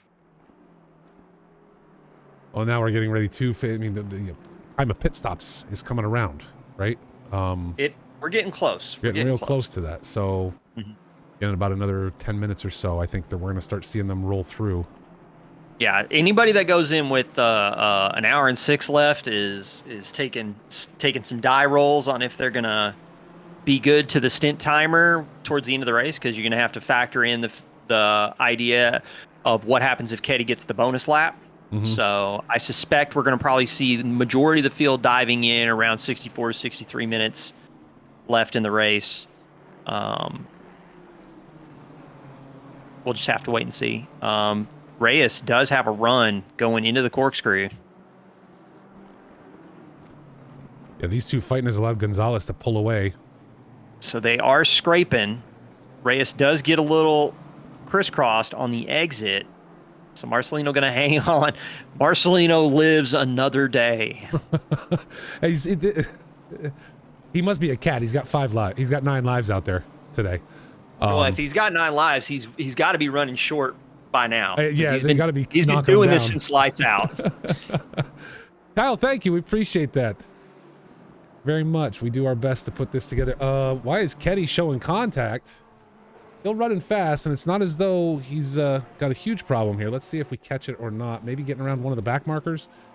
Aim together a little bit. I don't know if I went back far enough for that.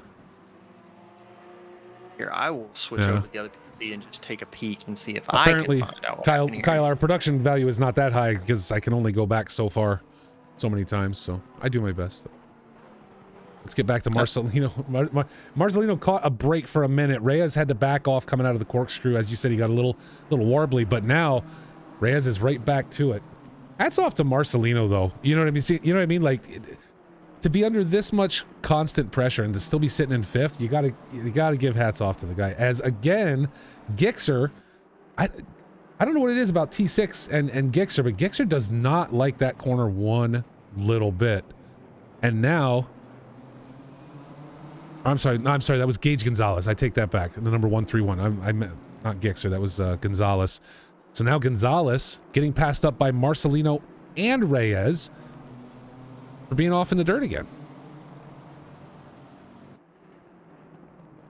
So I did go back and take a peek at what had happened, and it does look like there was a bit of contact at the top of the corkscrew. Davidson goes into the back of the race leader, but doesn't like. It looks like Ketty's still, moving forward. Lost some time relative to Fever. Porsche doesn't look that worse for wear. Davidson did go into the pits. Don't know if that's going to be a race retirement for him or not. But that's the story. Wow. We focus in on Paul Reyes, now sitting right between Marcelino and Gage Gonzalez. Gonzalez, keep an eye on Gonzalez here because, as I said earlier, Gonzalez seems to be struggling with turn 6, heading into the straight up the hill towards the corkscrew. He's sent himself off several times there today. That right there tells me need to slow down a little bit sooner, need to brake a little bit softer, and then try and roll a little bit more through the corner. That's a gorgeous. Look at the sunshine. Look at the setting sun on the corkscrew as we come down through. Track temp now down to that 20 degrees Celsius you talked about earlier. Yeah, getting close to some cold temperatures. We did have a pit stop from the 122, driver swap, and a stop go 30 for probably a pit lane speed infringement. Got Vieira in the car now. You say that about how beautiful the sun is, but I bet there's probably a few corners right now where some of the drivers are getting their eyeballs seared. Yeah, right. Let's go on board with Marcelino for a moment here and see if we can catch that. Headlights are on. I want to say, given the angle of it, maybe the corkscrew is the corner that they're getting their eyeballs seared. Seeing the sun come from behind him right there. Into turn 4.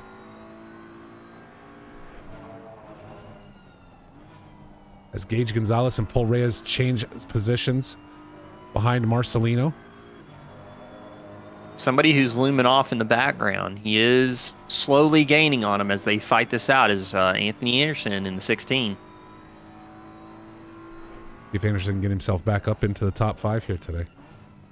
And there it is. You said it. Sun right in your eyes just as you come through the corkscrew. Didn't look too terrible, but certainly not going to be easy. Same with coming out of T9.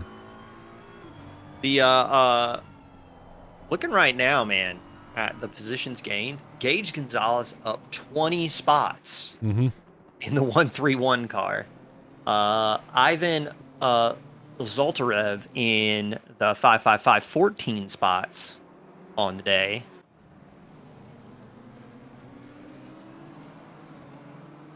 Your boy Blue back there with some contact possibly. Did have a fight going with James Bising. Bising able to clear him out though. As once again, old Reyes has now dropped way back from the three-way battle between Marcelino Gonzalez and himself, and now about 3.6 seconds. So obviously something happening there, showing slow on track, back up to speed now. Marcelino, the perpetually abused driver on today's track, now having to fight Gage Gonzalez once again.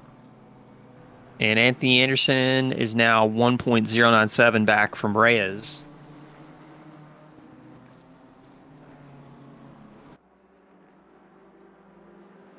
You're getting close to that pit stop hour.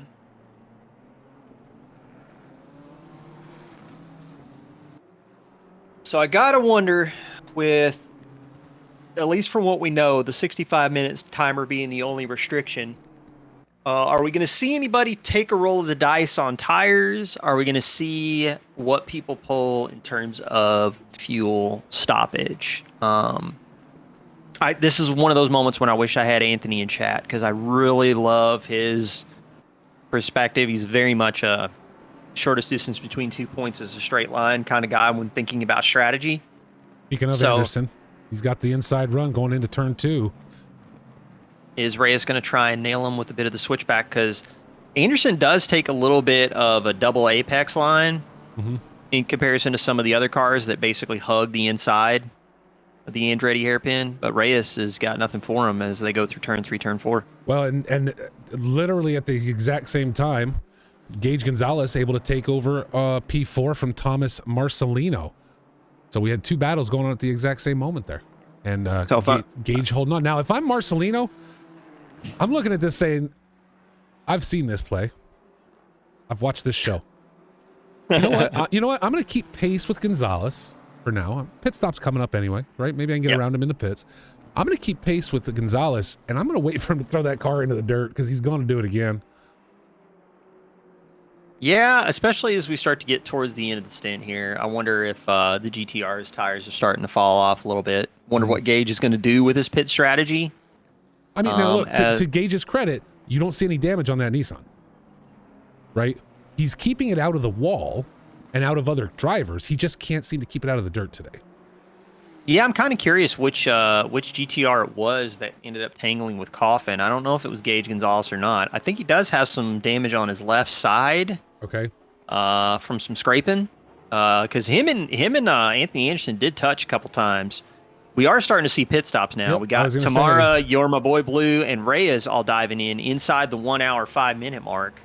Actually, Tamara was kind of close. I think Tamara's taken like a roll of the die here. Like hitting, because I have made that mistake before to the detriment of myself and Beltan in two-man endurance racing, that just because you hit 65 minutes on the clock does not count in terms of your stint time for what time may come after the race if the leader generates a bonus lap. Yep. So keep in mind, there's still a minute 25 seconds floating somewhere. You're going to get some amount of it at the end of the race. It's just how much. Sun setting quickly.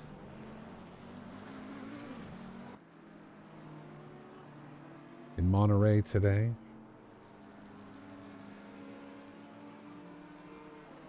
Marcelino in the pits from P5. Probably the longest break Marcelino's going to get this entire race. Right. Going to take a moment to wipe the sweat off. Justin Seckham taking over.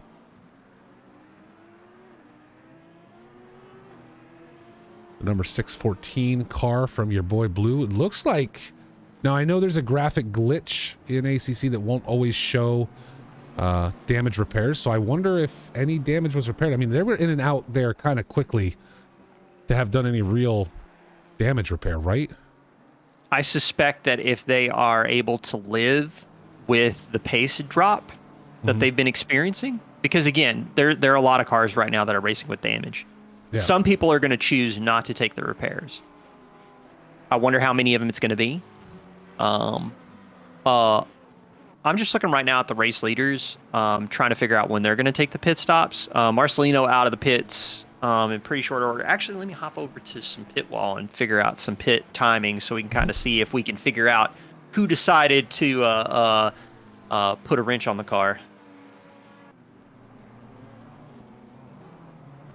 Julian Boomer right now, the number 91 car.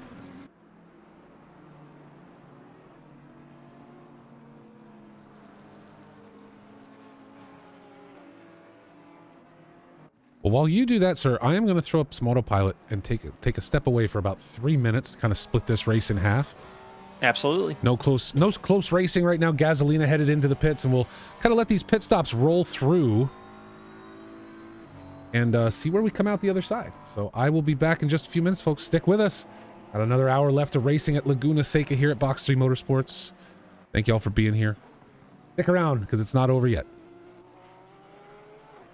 Right, I'm looking through the pit stop data for you folks at home right now. Minute 10 looks like the time to beat right now. Both Marcelino and Reyes both pumping in 1 minute 10s in the pits. Still waiting to see more of the front runners go into the pits. We haven't seen Ketty or Fever really pull the trigger yet. They're probably going to run their stint timer a little bit closer to the end of it, which should be coming right about minute and 10 seconds from now.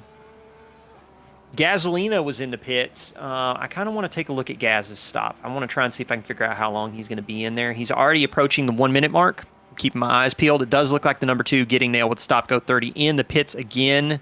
Hopefully that is not a retirement.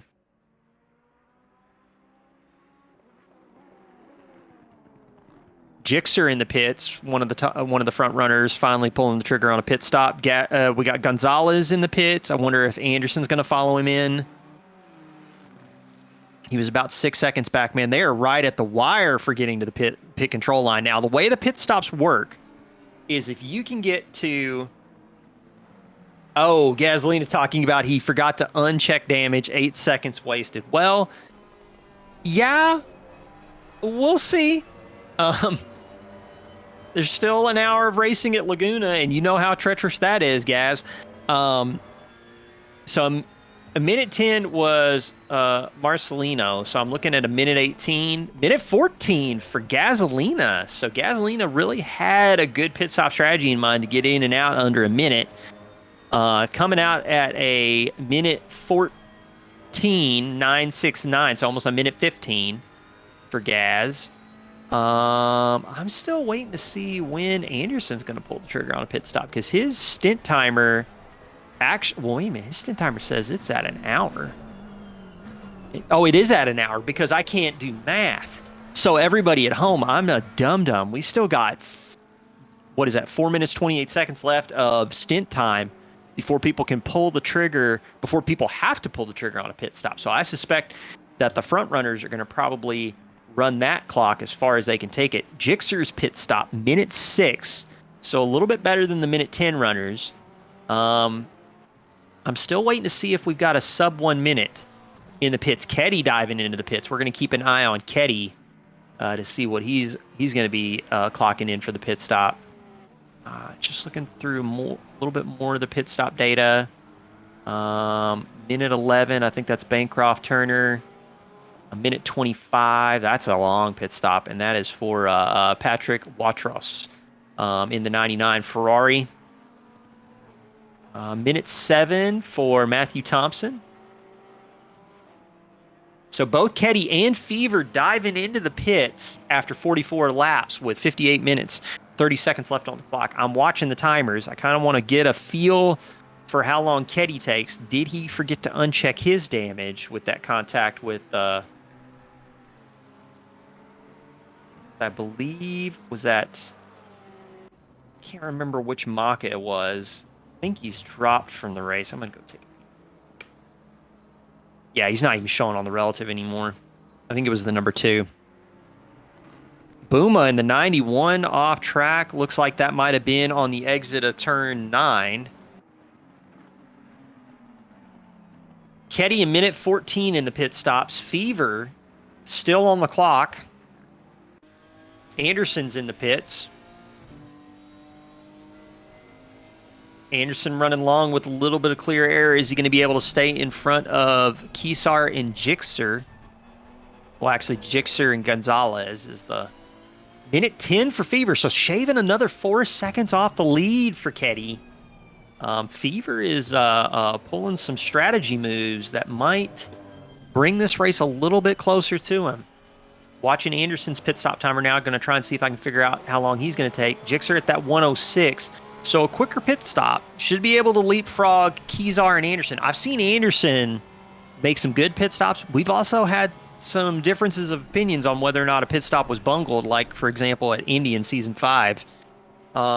He's back out on track. Let's take a look at the time from Anderson. Oh, he's dropped off the jacks. He's rolling. He hasn't crossed the control line yet. Coming out in P4, though. Coming out in P4. Wow. Minute 6. So really good time for Anderson relative to the field. Really good time indeed. Sorry, he's dropping back now, back into P6, but he's going to come out right behind, it looks like, Enrico Parse. So right behind, right behind the 333. So good recovery from Anderson and a good pit stop from him too. So hats off to you, Anthony. Making the pit stop work for you. Gaz saying in chat he forgot to uncheck repair damage and wasted 8 seconds in the pits. You're my boy, Blue. Hi. How's it going, Dom? Gaz coming back out in the number 1 car in P8.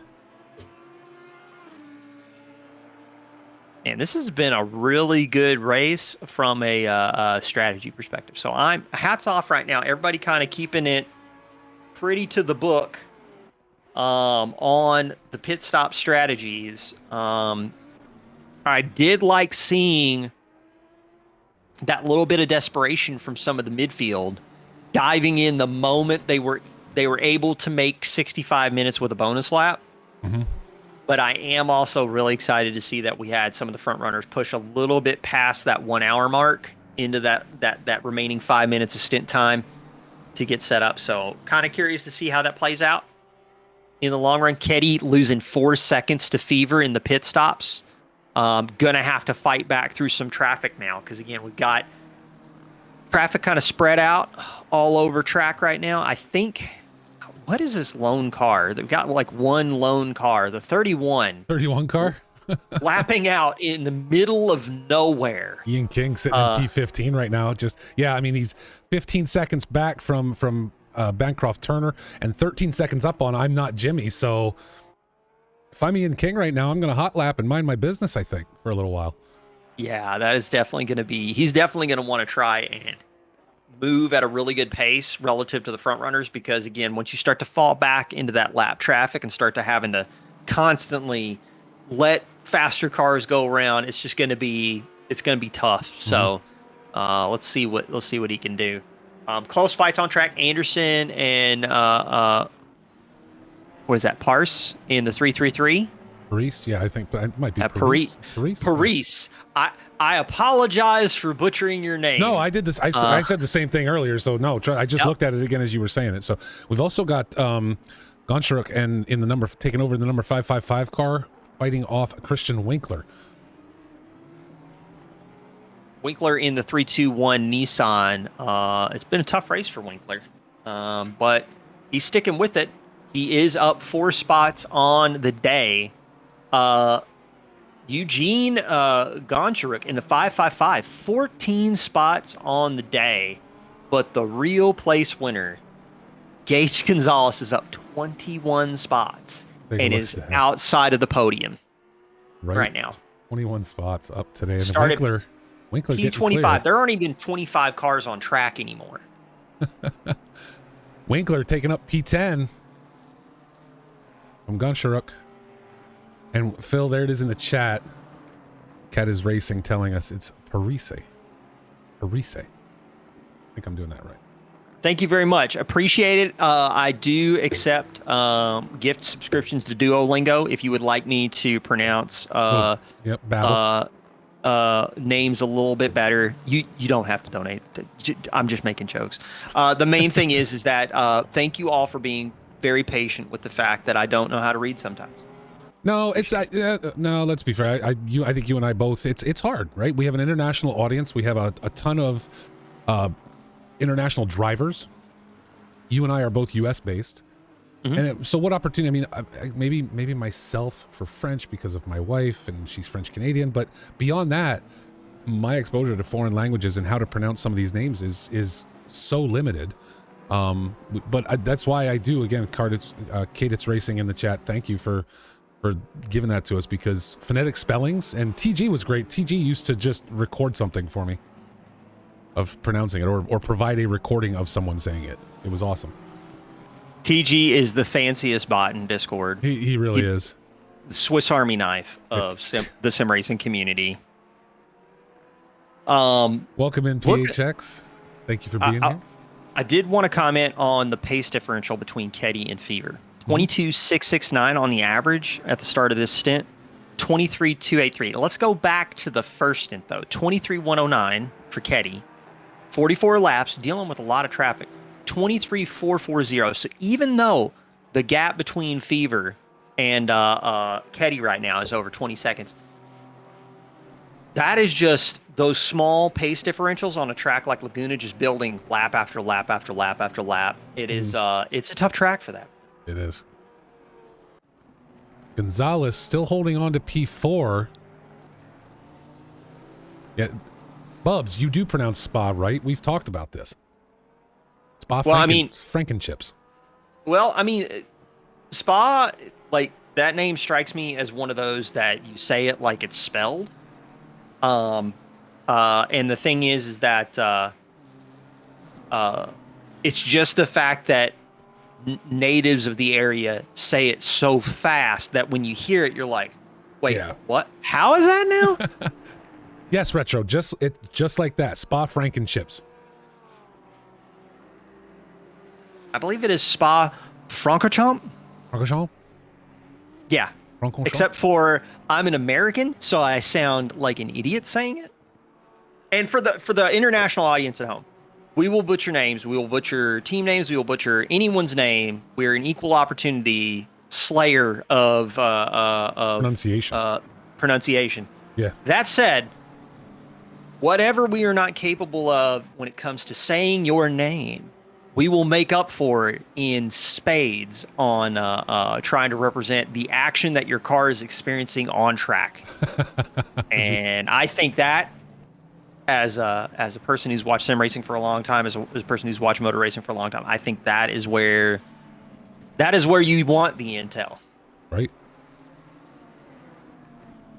So Christian Winkler able to get up into P10 now.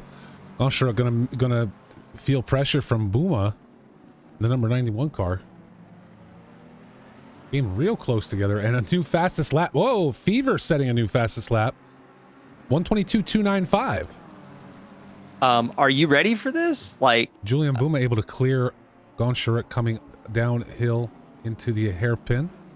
Go ahead, sir. Am I crazy? But did they both set that lap? Ketty and Fever? How do you mean? They're both purple right now. Oh, I'm not seeing that on my end.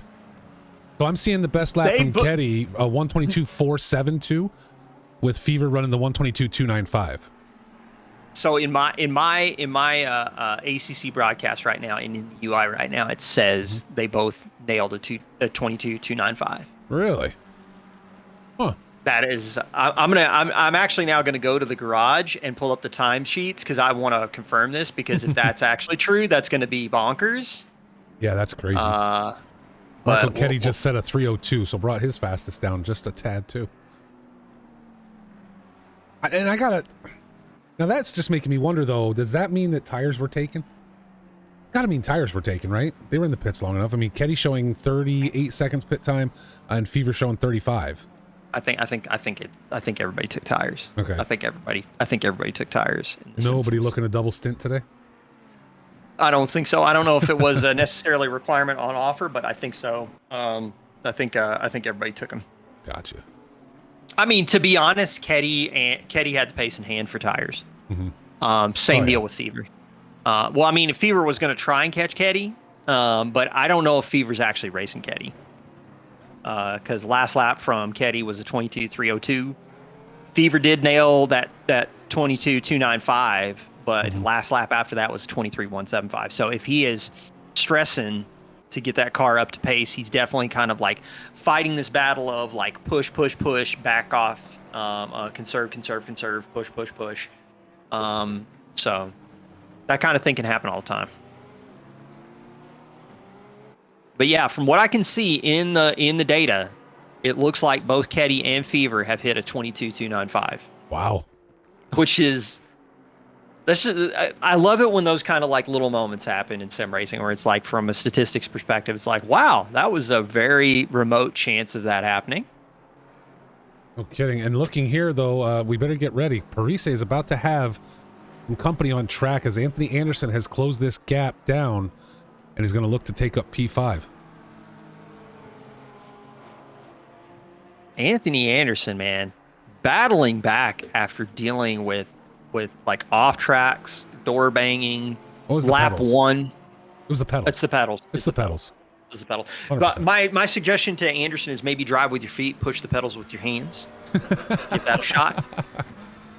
Them little legs can't handle pushing the pedals. You might as well, right? Yeah.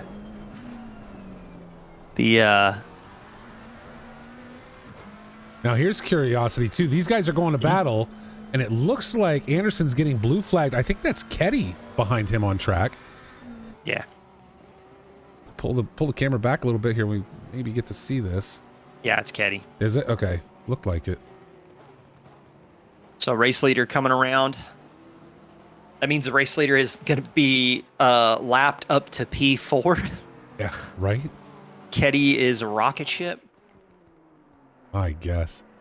Traveling through space and time in Monterey, California. Again, Ketty and Fever, the only two drivers able to hit 122s today. Right? Yep. We've seen it not in qualifying, not in practice from anybody else. So. I mean, we saw it from Retro in free practice. It's just we did not get the pleasure of seeing it from Retro in the race, unfortunately. You tried. I know, Retro. I know. Anthony, being the gentleman, just like, you know what? I'm not going to ruin anyone's race. I'll let you go. Well, and he's got the pace. He still has 44 minutes here, just under 45 minutes left to go. There's plenty of opportunity there, I think. Man, dude. Welcome in, Moose. The difference, man. Like, Ketty's going into the corkscrew. Fever's just exiting turn 5. Mm-hmm. That's wild, man. Anderson falling back now about 2 seconds on the back end of Parise. Mattiesville said P1 got him twice in the first stint. The first one was expected. The second one hurt my manhood. Hey, man, don't sweat it, dude. I get lapped by fast people all the time. I'm pretty sure you probably lapped me twice in an event like this.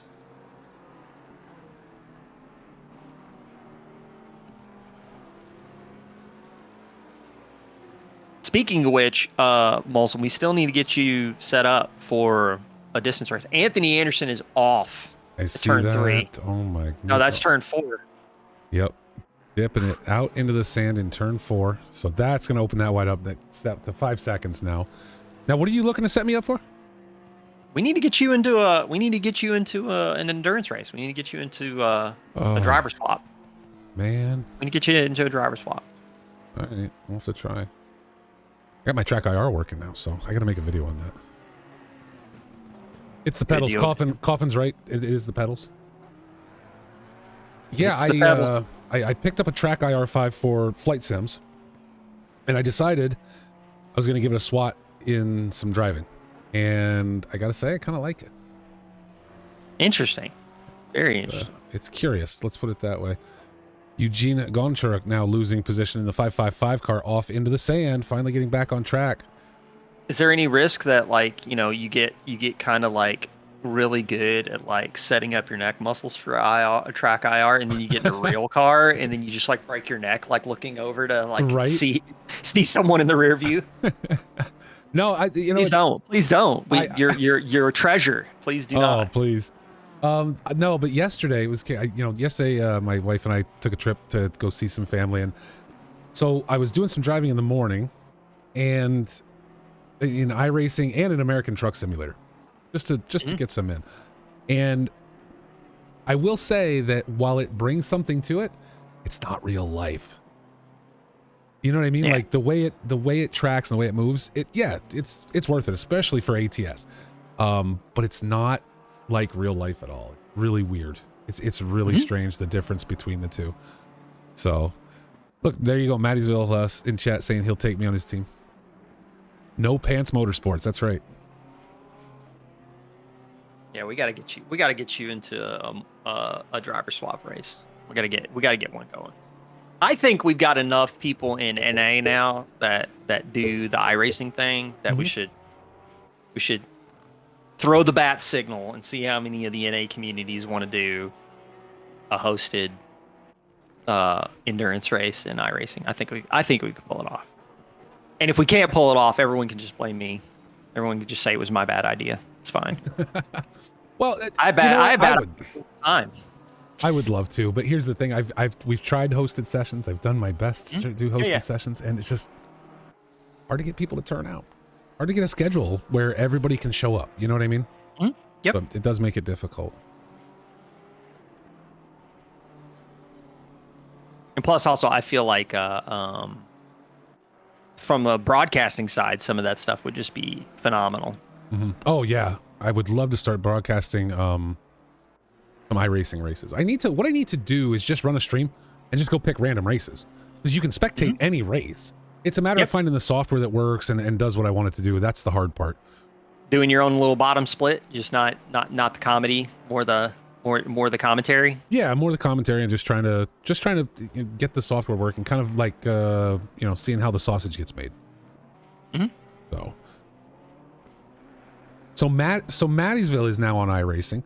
Coffin is on iRacing, although I saw him griping about the cost the other day, which I don't understand.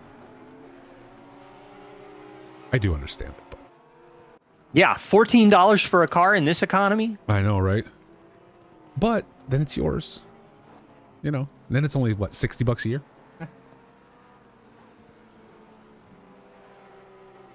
I just got to say, my wife is a saint that, like, sim racing is a hobby that I'm allowed to participate, but she always tells me, she's like, you could be doing a lot of things that are worse with your money. True. You could. I look at it like this, and I think this is true with any simulator, whether you talk about flight sims, racing sims, train sims, right? How much would it cost you to go drive these cars in real life? Not even to race them, just to go to a track day and get to sit behind the wheel of the car, or go to a track like, I know there's a place in Vegas where you can go and drive GT3 cars, right? Because I have a coworker that's been there and that has done it. How much did it cost to do that? His experience cost him like $2,500. He got to drive 2 cars for like 3 laps each. My theory on that too is, and everyone's going to laugh at me for being a bit of a wuss, but also death is a very expensive repair bill. True. No, you're right. There you go. So Retro in the chat, putting them park track days are like $300 just for the entry fee. This is what I'm saying. Like, you're spending $500, let's say. What is going on here? We lost Gasolina dropping a spot to Rob Kesar. Go back on that one about 30 seconds, see if we can catch it. I didn't see them coming together that quickly. I wonder if Gaz lost a bunch of pace here. These track. No, I was just gonna say, these track. Yeah, there we go. Gaz off into the grass, or off into the grass. There's no grass in Laguna Seca. Off into the sand right before the corkscrew. So Rob Keesar are able to pick up that position. So I look at it and say, okay, so look at these guys, the guys in the chat, $500 for 3 laps to do a supercar experience. Or I can spend $14 in iRacing and I can go drive the cars I want to drive.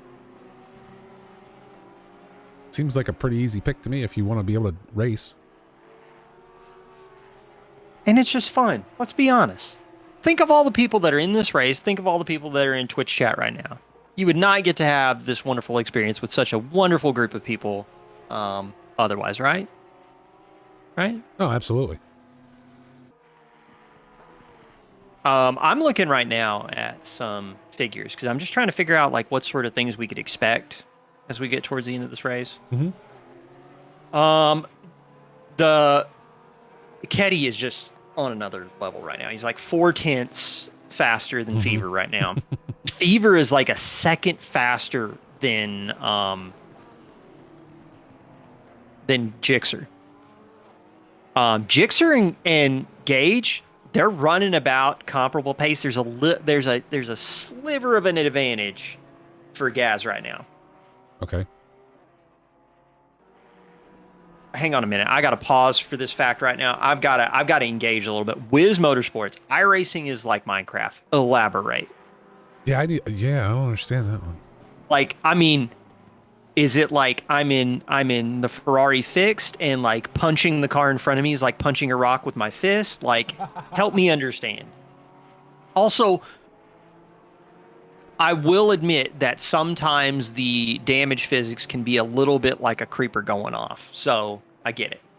Now, see, Wiz says it's a reference to the graphics. That I would disagree with. Yeah. So, well, I mean, to be fair to Wiz, I mean, we're talking about like a decade-old DirectX 11 game. True. But there was a discussion the other day in the iRacing Discord channel that basically, I think it was Alex Martin that said he has 2 INI files for graphics. One is for racing, where yes, things are turned down because he wants frames. He wants it as smooth as possible, right? And then he uses another one for taking screenshots and such that amps it up, and he said they look good. I mean, I watch iRacing and again, as to your point, it's 10 years old, right? ACC does look better on the surface, but ACC also on my PC right now is running at 90 frames per second. It's getting a little close to 100, right? Yeah. Where iRacing, I max out my 144. It never drops. See, here's an interesting thing. I don't ever max out my my graphics card in iRacing. Like, I think I run like maybe 80 some odd frames a second. Okay. But yeah, it's just one of those things that's interesting. People's opinions on graphics and stuff like that. Like, again, it's just another layer on the 7-layer dip that is the quality of this hobby and the people that are in it and the people that participate in it. Everybody's got opinions. And the thing about opinions that are wonderful, I know sometimes it can ruffle feathers. It can make people like not like one another. But the other thing it can do that I really enjoy is I really do like it when somebody offers what I think is a hot take. And then I'm like, you know what? I'm going to put this to practice and I'm going to try something out. And I end up finding something that I like. Yep. Listen, I didn't do iRacing for years because of the cost, right? And then what I was finding was in running an ACC, it was getting old for me. I don't know how some of these drivers do it. Week after week, only GT3 cars, only on these tracks. Because let's face it, the ACC, to get good at ACC and to practice and actually be competitive, which I am not, it takes a long time. It takes a lot of practice, right? So I see ACC as being broad in what you can take from it, the number of hours you can spend in it, and all of that. But it's only about an inch deep. Because to your point, we don't have the Sebrings, we don't have Sonoma, we don't have Road America, right?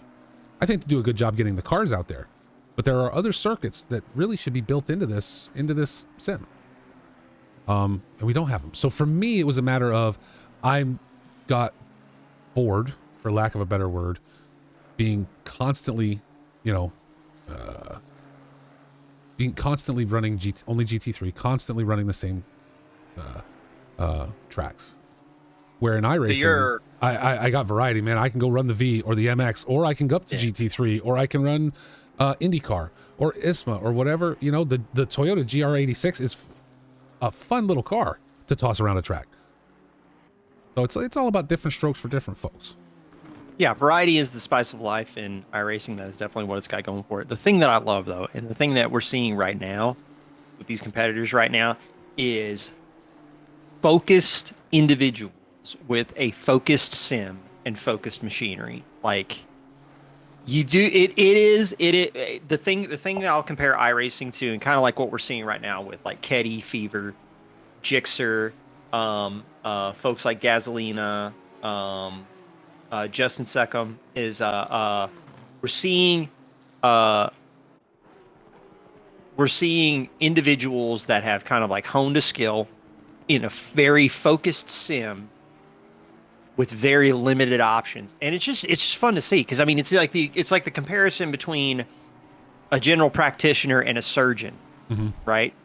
You got somebody who's got to have skill across a vast area of medicine versus somebody who's like, I cut people open so that I can take out an organ, a specific organ. I spent, more money on college and school experience than I think I could ever afford, to be able to be a focused instrument when trying to perform this one medical task. It's amazing to watch, in this kind of setting that we're seeing right now. Oh, absolutely. And again, don't misunderstand. I love driving an iRacing, or not. I'm sorry, ACC. I think it looks fantastic. To Retro's point, though, or whoever said it, sorry, Pixel's point in the chat, iRacing is not about the graphics. Not. iRacing is about the online management. I can get into a race at any moment of the day. That can be much harder in ACC if I want to run a specific track, or if I want to, if I don't want to be a part of a league and I want to just do pubs. That can be difficult at times. Yeah.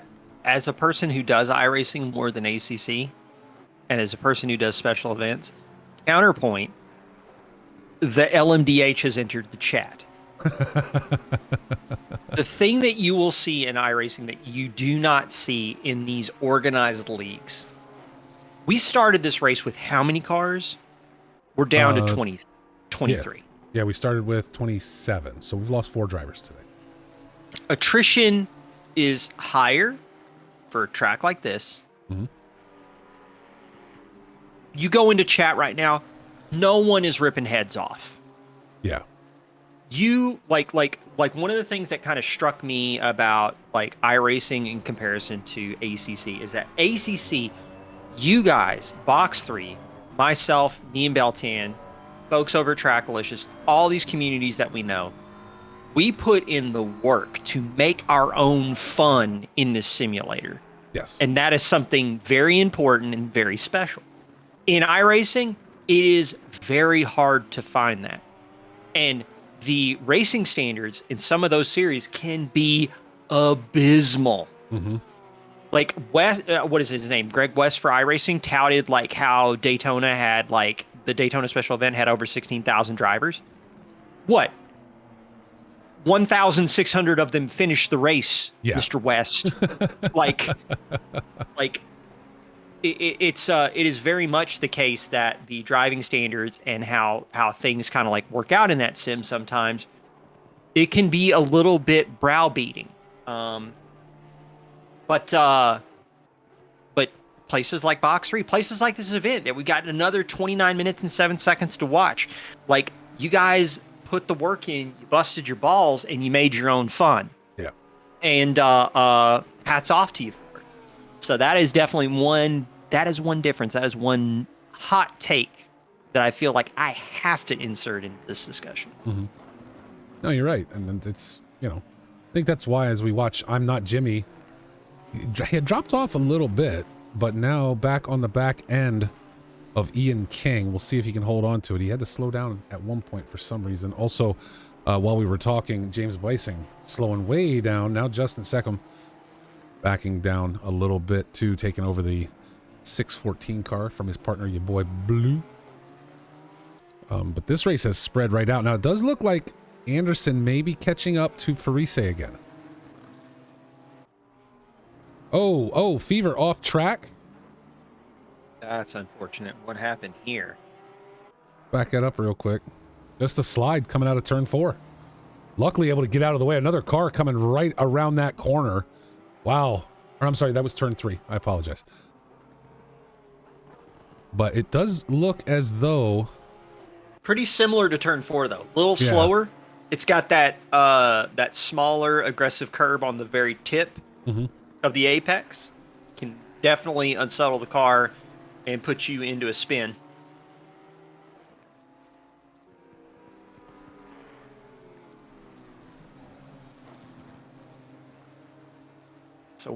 So with Fever going off, what does that look? What does that Ian King pose for Gixxer?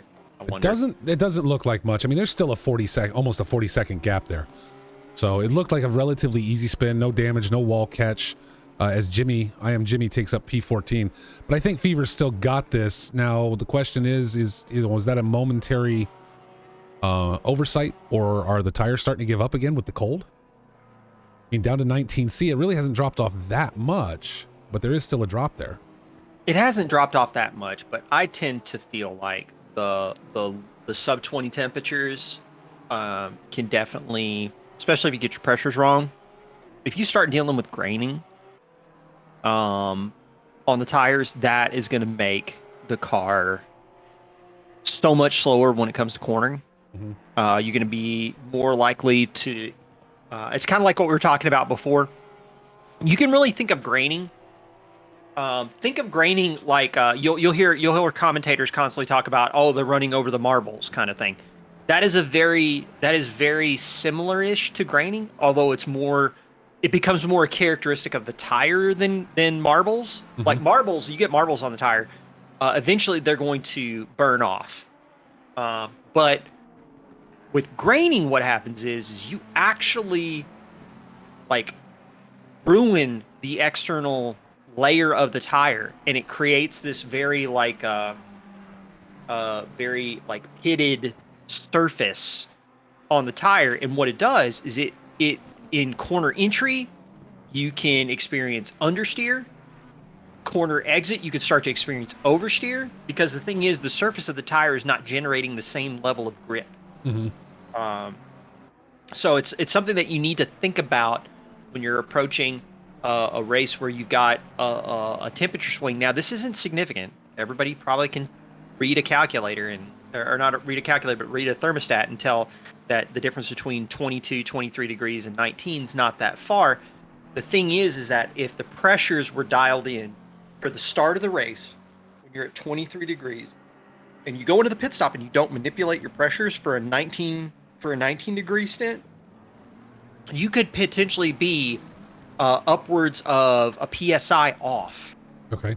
And if you are off by a PSI, if you've got too low of pressures going into a stint where it's colder, more likely to have a deformed tire carcass, more likely to have that kind of graining start to get introduced.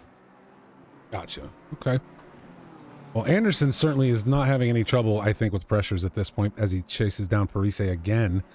We saw this before, though, and then Anderson losing some time by going off track. So, Anderson's really had great pace today, but has struggled, I think, with, we've seen him off track twice now. That's not normal for Anderson. It's got to be the pedals. You think his foot just keeps slipping off the new pedals? Is that what it is? It could be. I think the thing is that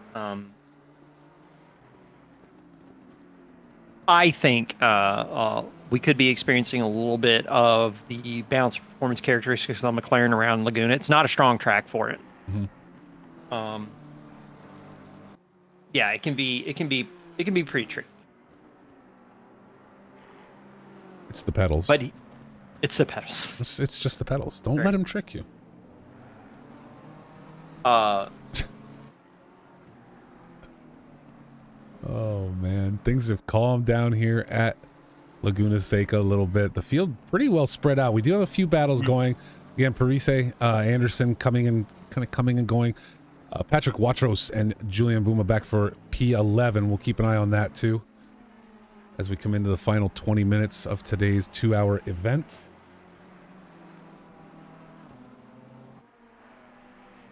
Thank you all for sticking with us today.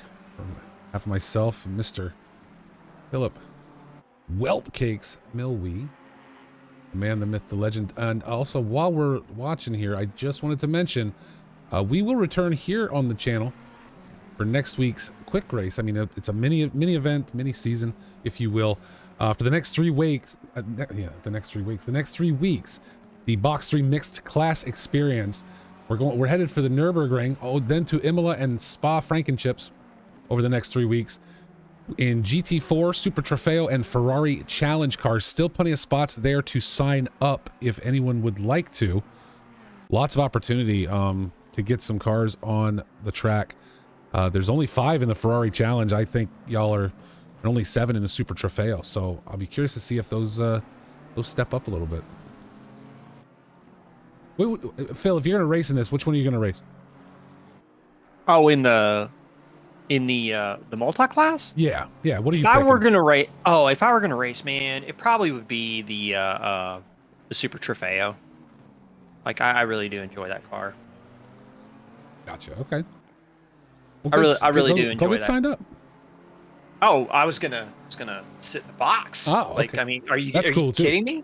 Getting another opportunity to do commentary? Right.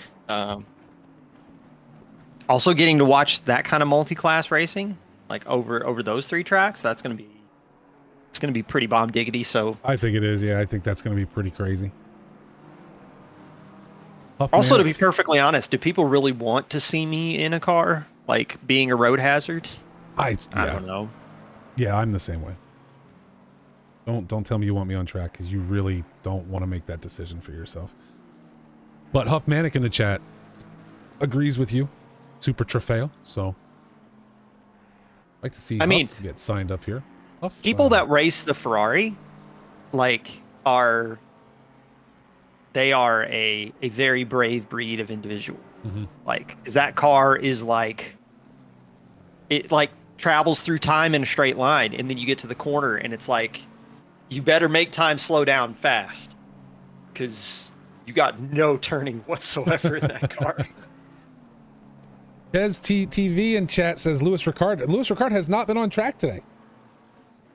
We have not seen Lewis today. So we got, let's just take a look here while we're watching this battle between Parise and Anderson continue. Zoltarev, Rulin, Tobias Gable, your boy Blue, Brandon Pfeiffer, Mr. B. Fife himself, Charlie Booth, and Conrad Wislocki all signed up for that Super Trofeo for next week. We're starting next week. That's some good drivers right there. I mean, we got Charlie Booth and B. Fife and Gable. That's going to be crazy.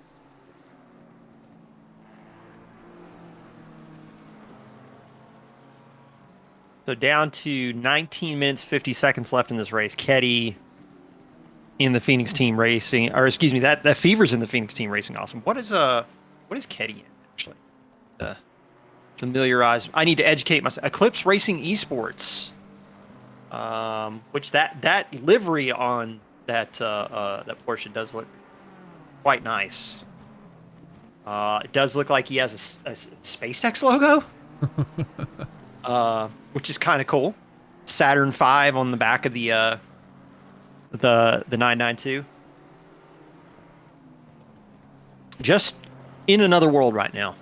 Like SpaceX is appropriate because he's taking the Porsche to the moon here at Laguna. I guess.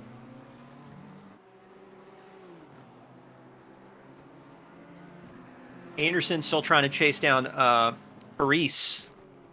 It's close. It's close between very the two close. right Yeah, now. we got a battle here at the end of this race today because Anderson's been sticking to him this whole time. It looks like he may have his shot right here through the Andretti hairpin.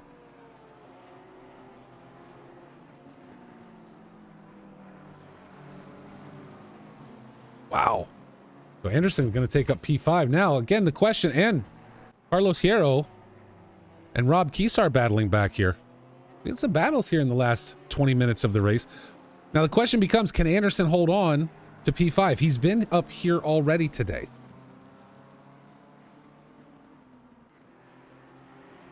Gonna be interesting.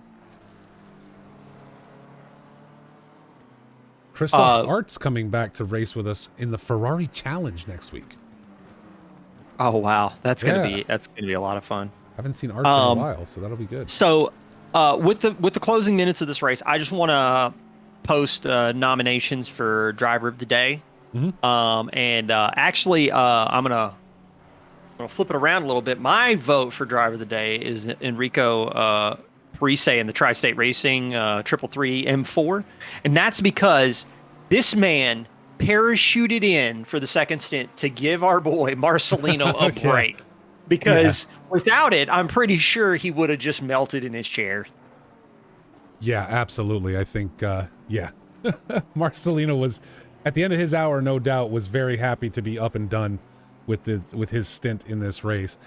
So definitely, I would say, Marcelino, I would say, is what we would maybe call him our defenseman of the day, our defensive, I think that's the best there. And then, but if we got to talk about it, Gage Gonzalez up 21 spots today. Yeah, Gage Gonzalez is the mover and shaker of the day. I mean, just constantly pushing up and able to get into P4. Now again, things have calmed down. It's he's able now. I mean, honestly, I don't see Anderson closing in a 4-second gap in the next 16 and a half minutes here. But really, Gage is going to be able to roll to a 4th place finish. Maybe. Let's I want to go take a peek. Enrico does lose it on the exit of Christian Winkler spun. And Gasolina, look at that. Just sliding that car as Gasolina comes around. Gaz will pick up P9 there. So Gage is running a little bit slower. Okay. Than Anderson. About a 10th, maybe 2/10 on the average.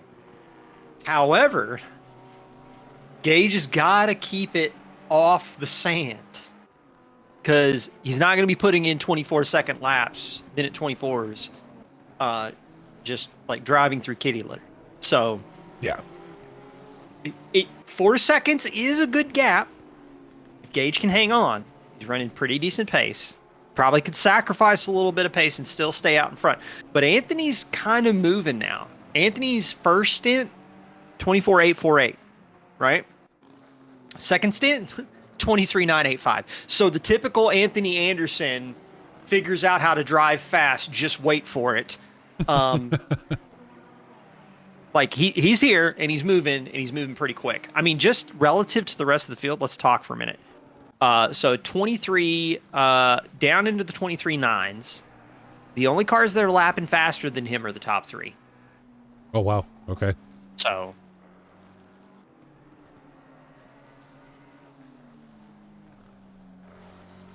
speaking of cars that are lapping faster in the top 3, Ketty's average lap time is a 22.7. Wow. 22.7 on the average. Fever, are you ready? I hope you've taken your blood pressure medication. 23.521. That is a monster gap. That is a monster gap. That is almost a second on average. Yeah, that's craziness. That is... Ketty is just gone. Gixxer's only 4/10 off of well, not even 4/10 off, maybe 3/10 off of Fever's average lap times, but he's just too far back. And that's the thing. These guys have driven so hard today and been able to just open these gaps up. I mean, again, we still have some close stuff going on. Tomorrow coming up on the back end of Ian King. We'll keep an eye back there. Watros and Winkler having spun, giving up position to Gaz, and now Hero and Rob Kesar getting very close very quickly with just under 14 minutes left to go. As you said, and here's the thing we've seen today is so many drivers tossing themselves off this circuit by hooking a curb, right?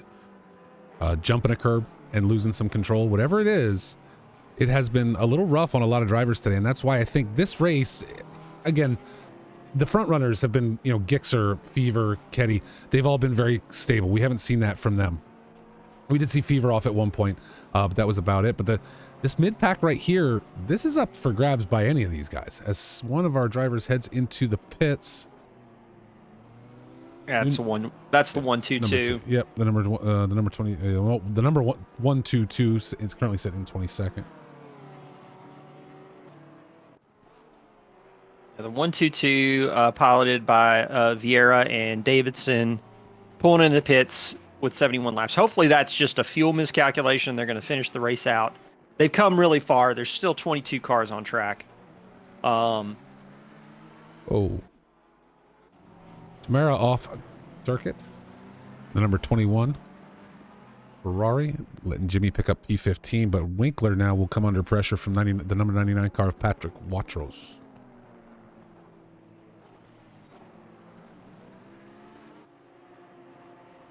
I'll give you an idea though. Rob Keesar, of course, going to be driving the Porsche GT4 in the series starting next week. There's a good mix here as I look through the drivers. Cardoso coming up in the AMG. We got a Maserati out there with Polyakov. Jarrett Skinner in the Chevrolet Camaro. Aguilar going to take the KTM out. So and Anderson jumping in the Porsche for that series. Let's talk about that series because there's one tidbit that I think some people might have missed in terms of the latest patch notes that have been coming out for ACC over the last few months. I want to say last month and a half. What's going to be different about the GT4s in this series is that Kunos has actually applied a balance of performance to GT4. Okay. Like they have not had a balance of performance since they released. Like that series of cars have been in existence in ACC from the time they were released as a DLC and have not been touched until a month ago. So perfect. So what's going to be fun about that is it's going to be real fun to watch and see how the cars kind of shake out with the BOP. I'm going to have to actually go and crack open some videos and start taking a look and seeing like what are we looking at in terms of balance of performance differential in the GT4 class. It's also a really good palate cleanser for the folks that just get nothing but GT3 racing all the time. GT4 cars are so much fun to drive. And from a setup perspective, if you are interested at all in doing competitive league racing, but the idea of car setups is just a little bit like it kind of makes your head melt. Okay. Look at the GT4 cars. There's not that much left to change on the car in comparison to the GT3. So you get a little bit of relief from how like mechanical grip works between the GT3 and GT4 cars. A little bit more to play with. Same deal with the Ferrari Challenge. And for the folks that got to participate in the M2 Madness, another car that is wonderful to learn to start tinkering with setups because there's less to monkey with. And you can learn a little bit more. Retro Coffin in the chat. Come on, Keys, just send it. Wants to see Rob Keesar. See if he can get around the number 98 car of Carlos Hierro. But right now, we got to focus right here as Patrick Watros tightens up on the back end of Christian Winkler. Not quite dark on track. Headlights are on, but nothing, it's not pitch black out yet.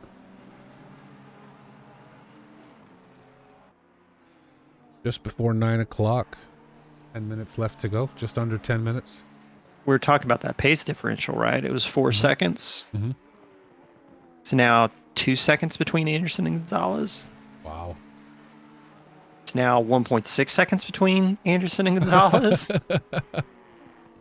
Oh, Anderson gonna shoot his shot for P4 today, maybe. Watros right now heading uphill into the corkscrew. Just tapping it right on the back end of Christian Winkler. Looks like he's going to have the launch in the inside line here. Wow. That was quick. We call that pulling the double done.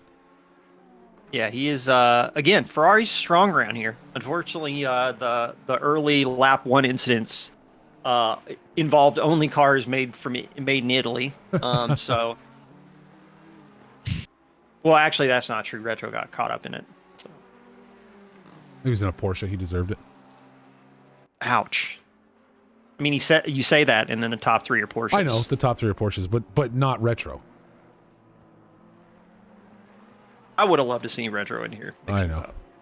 Yeah, Retro's good dude. I like watching him drive.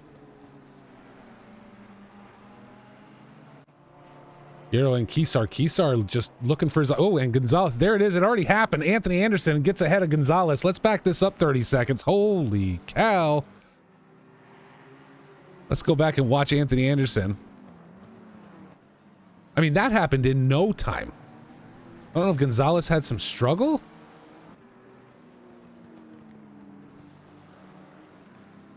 So going through... Looks like going through turn 9.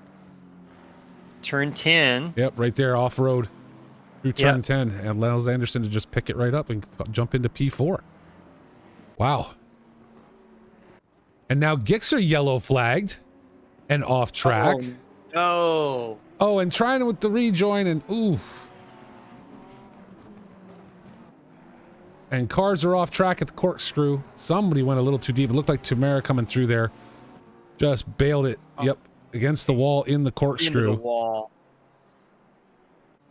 Unfortunate. And now Gonzalez is still right there, though. Anderson got the spot, but it doesn't mean he gets to hold on to it.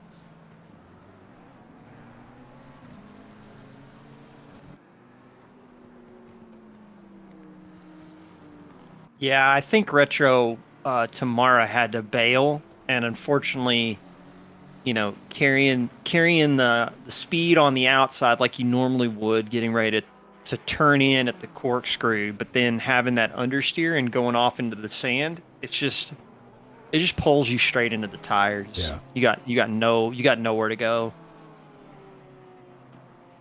Tamara into the pits. As Jimmy and King battle. Ian King off track. Looks like with some damage. Gasolina showing yellow. As, yep, Gasolina sitting back there.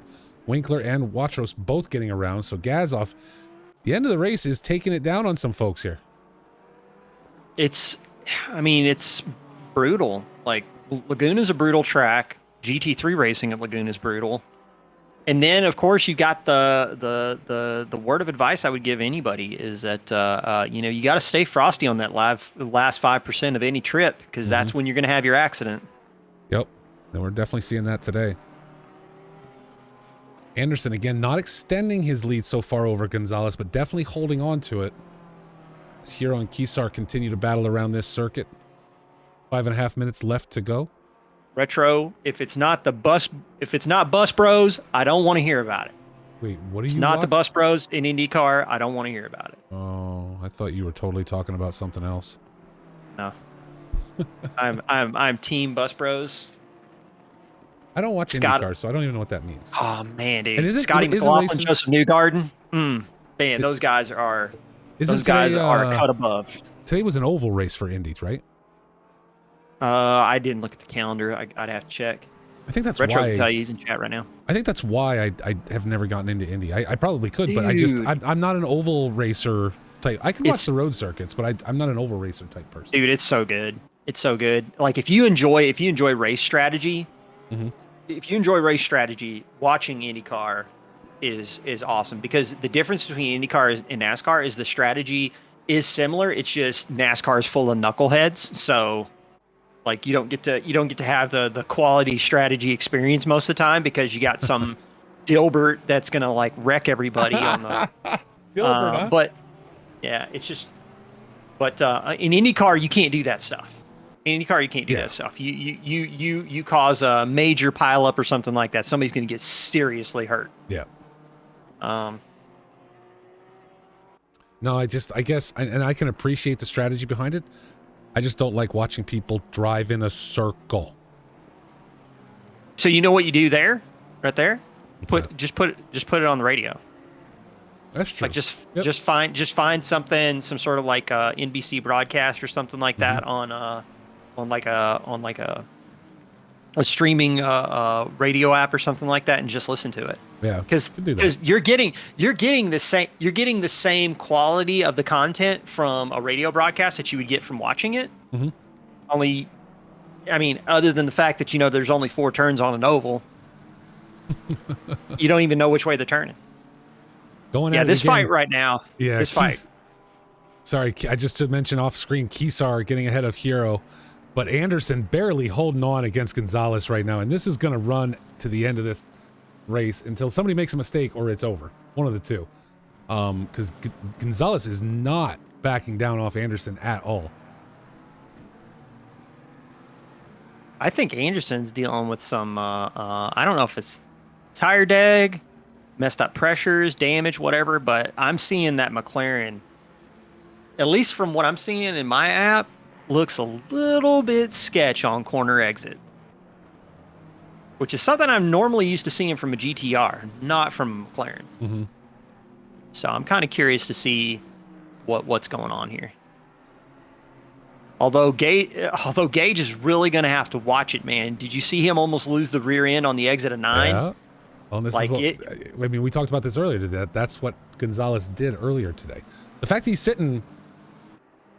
yeah, the fact he's sitting in 5th right now, I think is great because we watched him hook curbs twice today? Yeah. So, he's having a good race considering, but he really is going to have to, as Anderson goes deep into the Andretti hairpin. Thought he was getting in the opening there. That gives Gage the opportunity. I think they was dealing with a little bit of aero wash on corner entry, and the number 2 did let him go, but I just don't know if I don't know if Anderson just like outbroke himself, what happened, but yeah, we've seen him do that a couple times going into the hairpin today. He's I think you said earlier he's got that real double apex thing going, and he goes out pretty wide through a lot of that corner. Yeah, he's just going to Lewis Hamilton that corner every time, but that's okay. That's fine. As long as it's a line that he's comfortable with and stuff. The thing that was there that he was dealing with right there is he just had so much understeer. Gage is sticking his nose in. Yeah, he is. I do not know how they just did not make contact.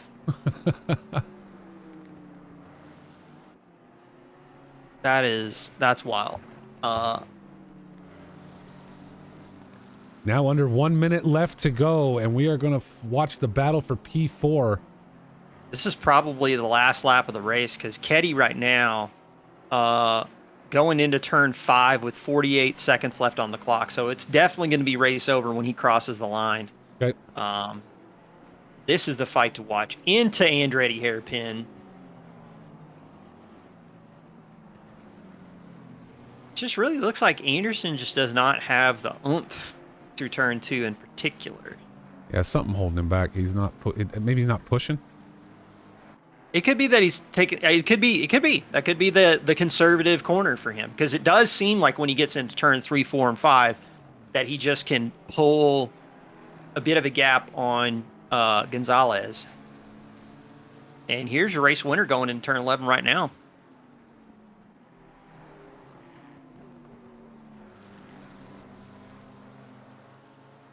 And no, we got one more lap. Oh no, there it goes. No, there it goes. Okay, there it goes. What a race, man. Marco Ketty, your winner today at Laguna Seca, 2-hour race.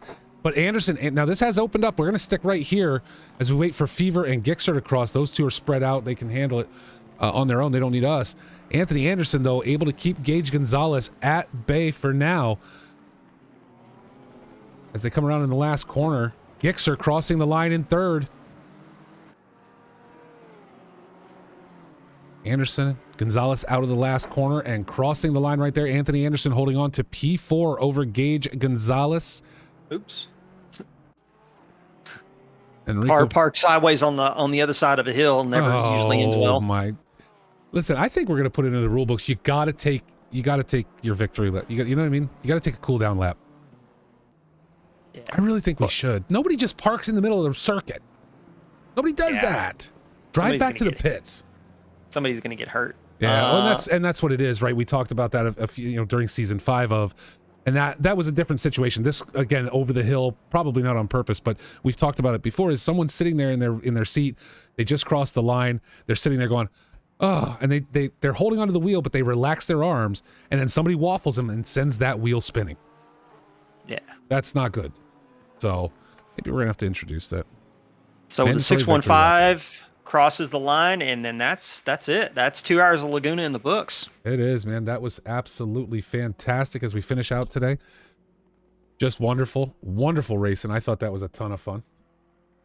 And there are your winners. Marco Ketty wins this race. Nathaniel Fever in second. John Gixer holding on to third. Anthony Anderson in fourth. Just over Gage Gonzalez in fifth. Enrico Parise, Rob Kesar, Carlos Hierro, Patrick Watros, and Christian Winkler round out your top 10 for this race today. Unbelievable. Man, what a race, dude. Seriously. Yeah, we had action all the way to the end. That was a lot of fun. Folks, like we said before, do not forget, you're going to want to come back next week. Look, see, there goes somebody still driving.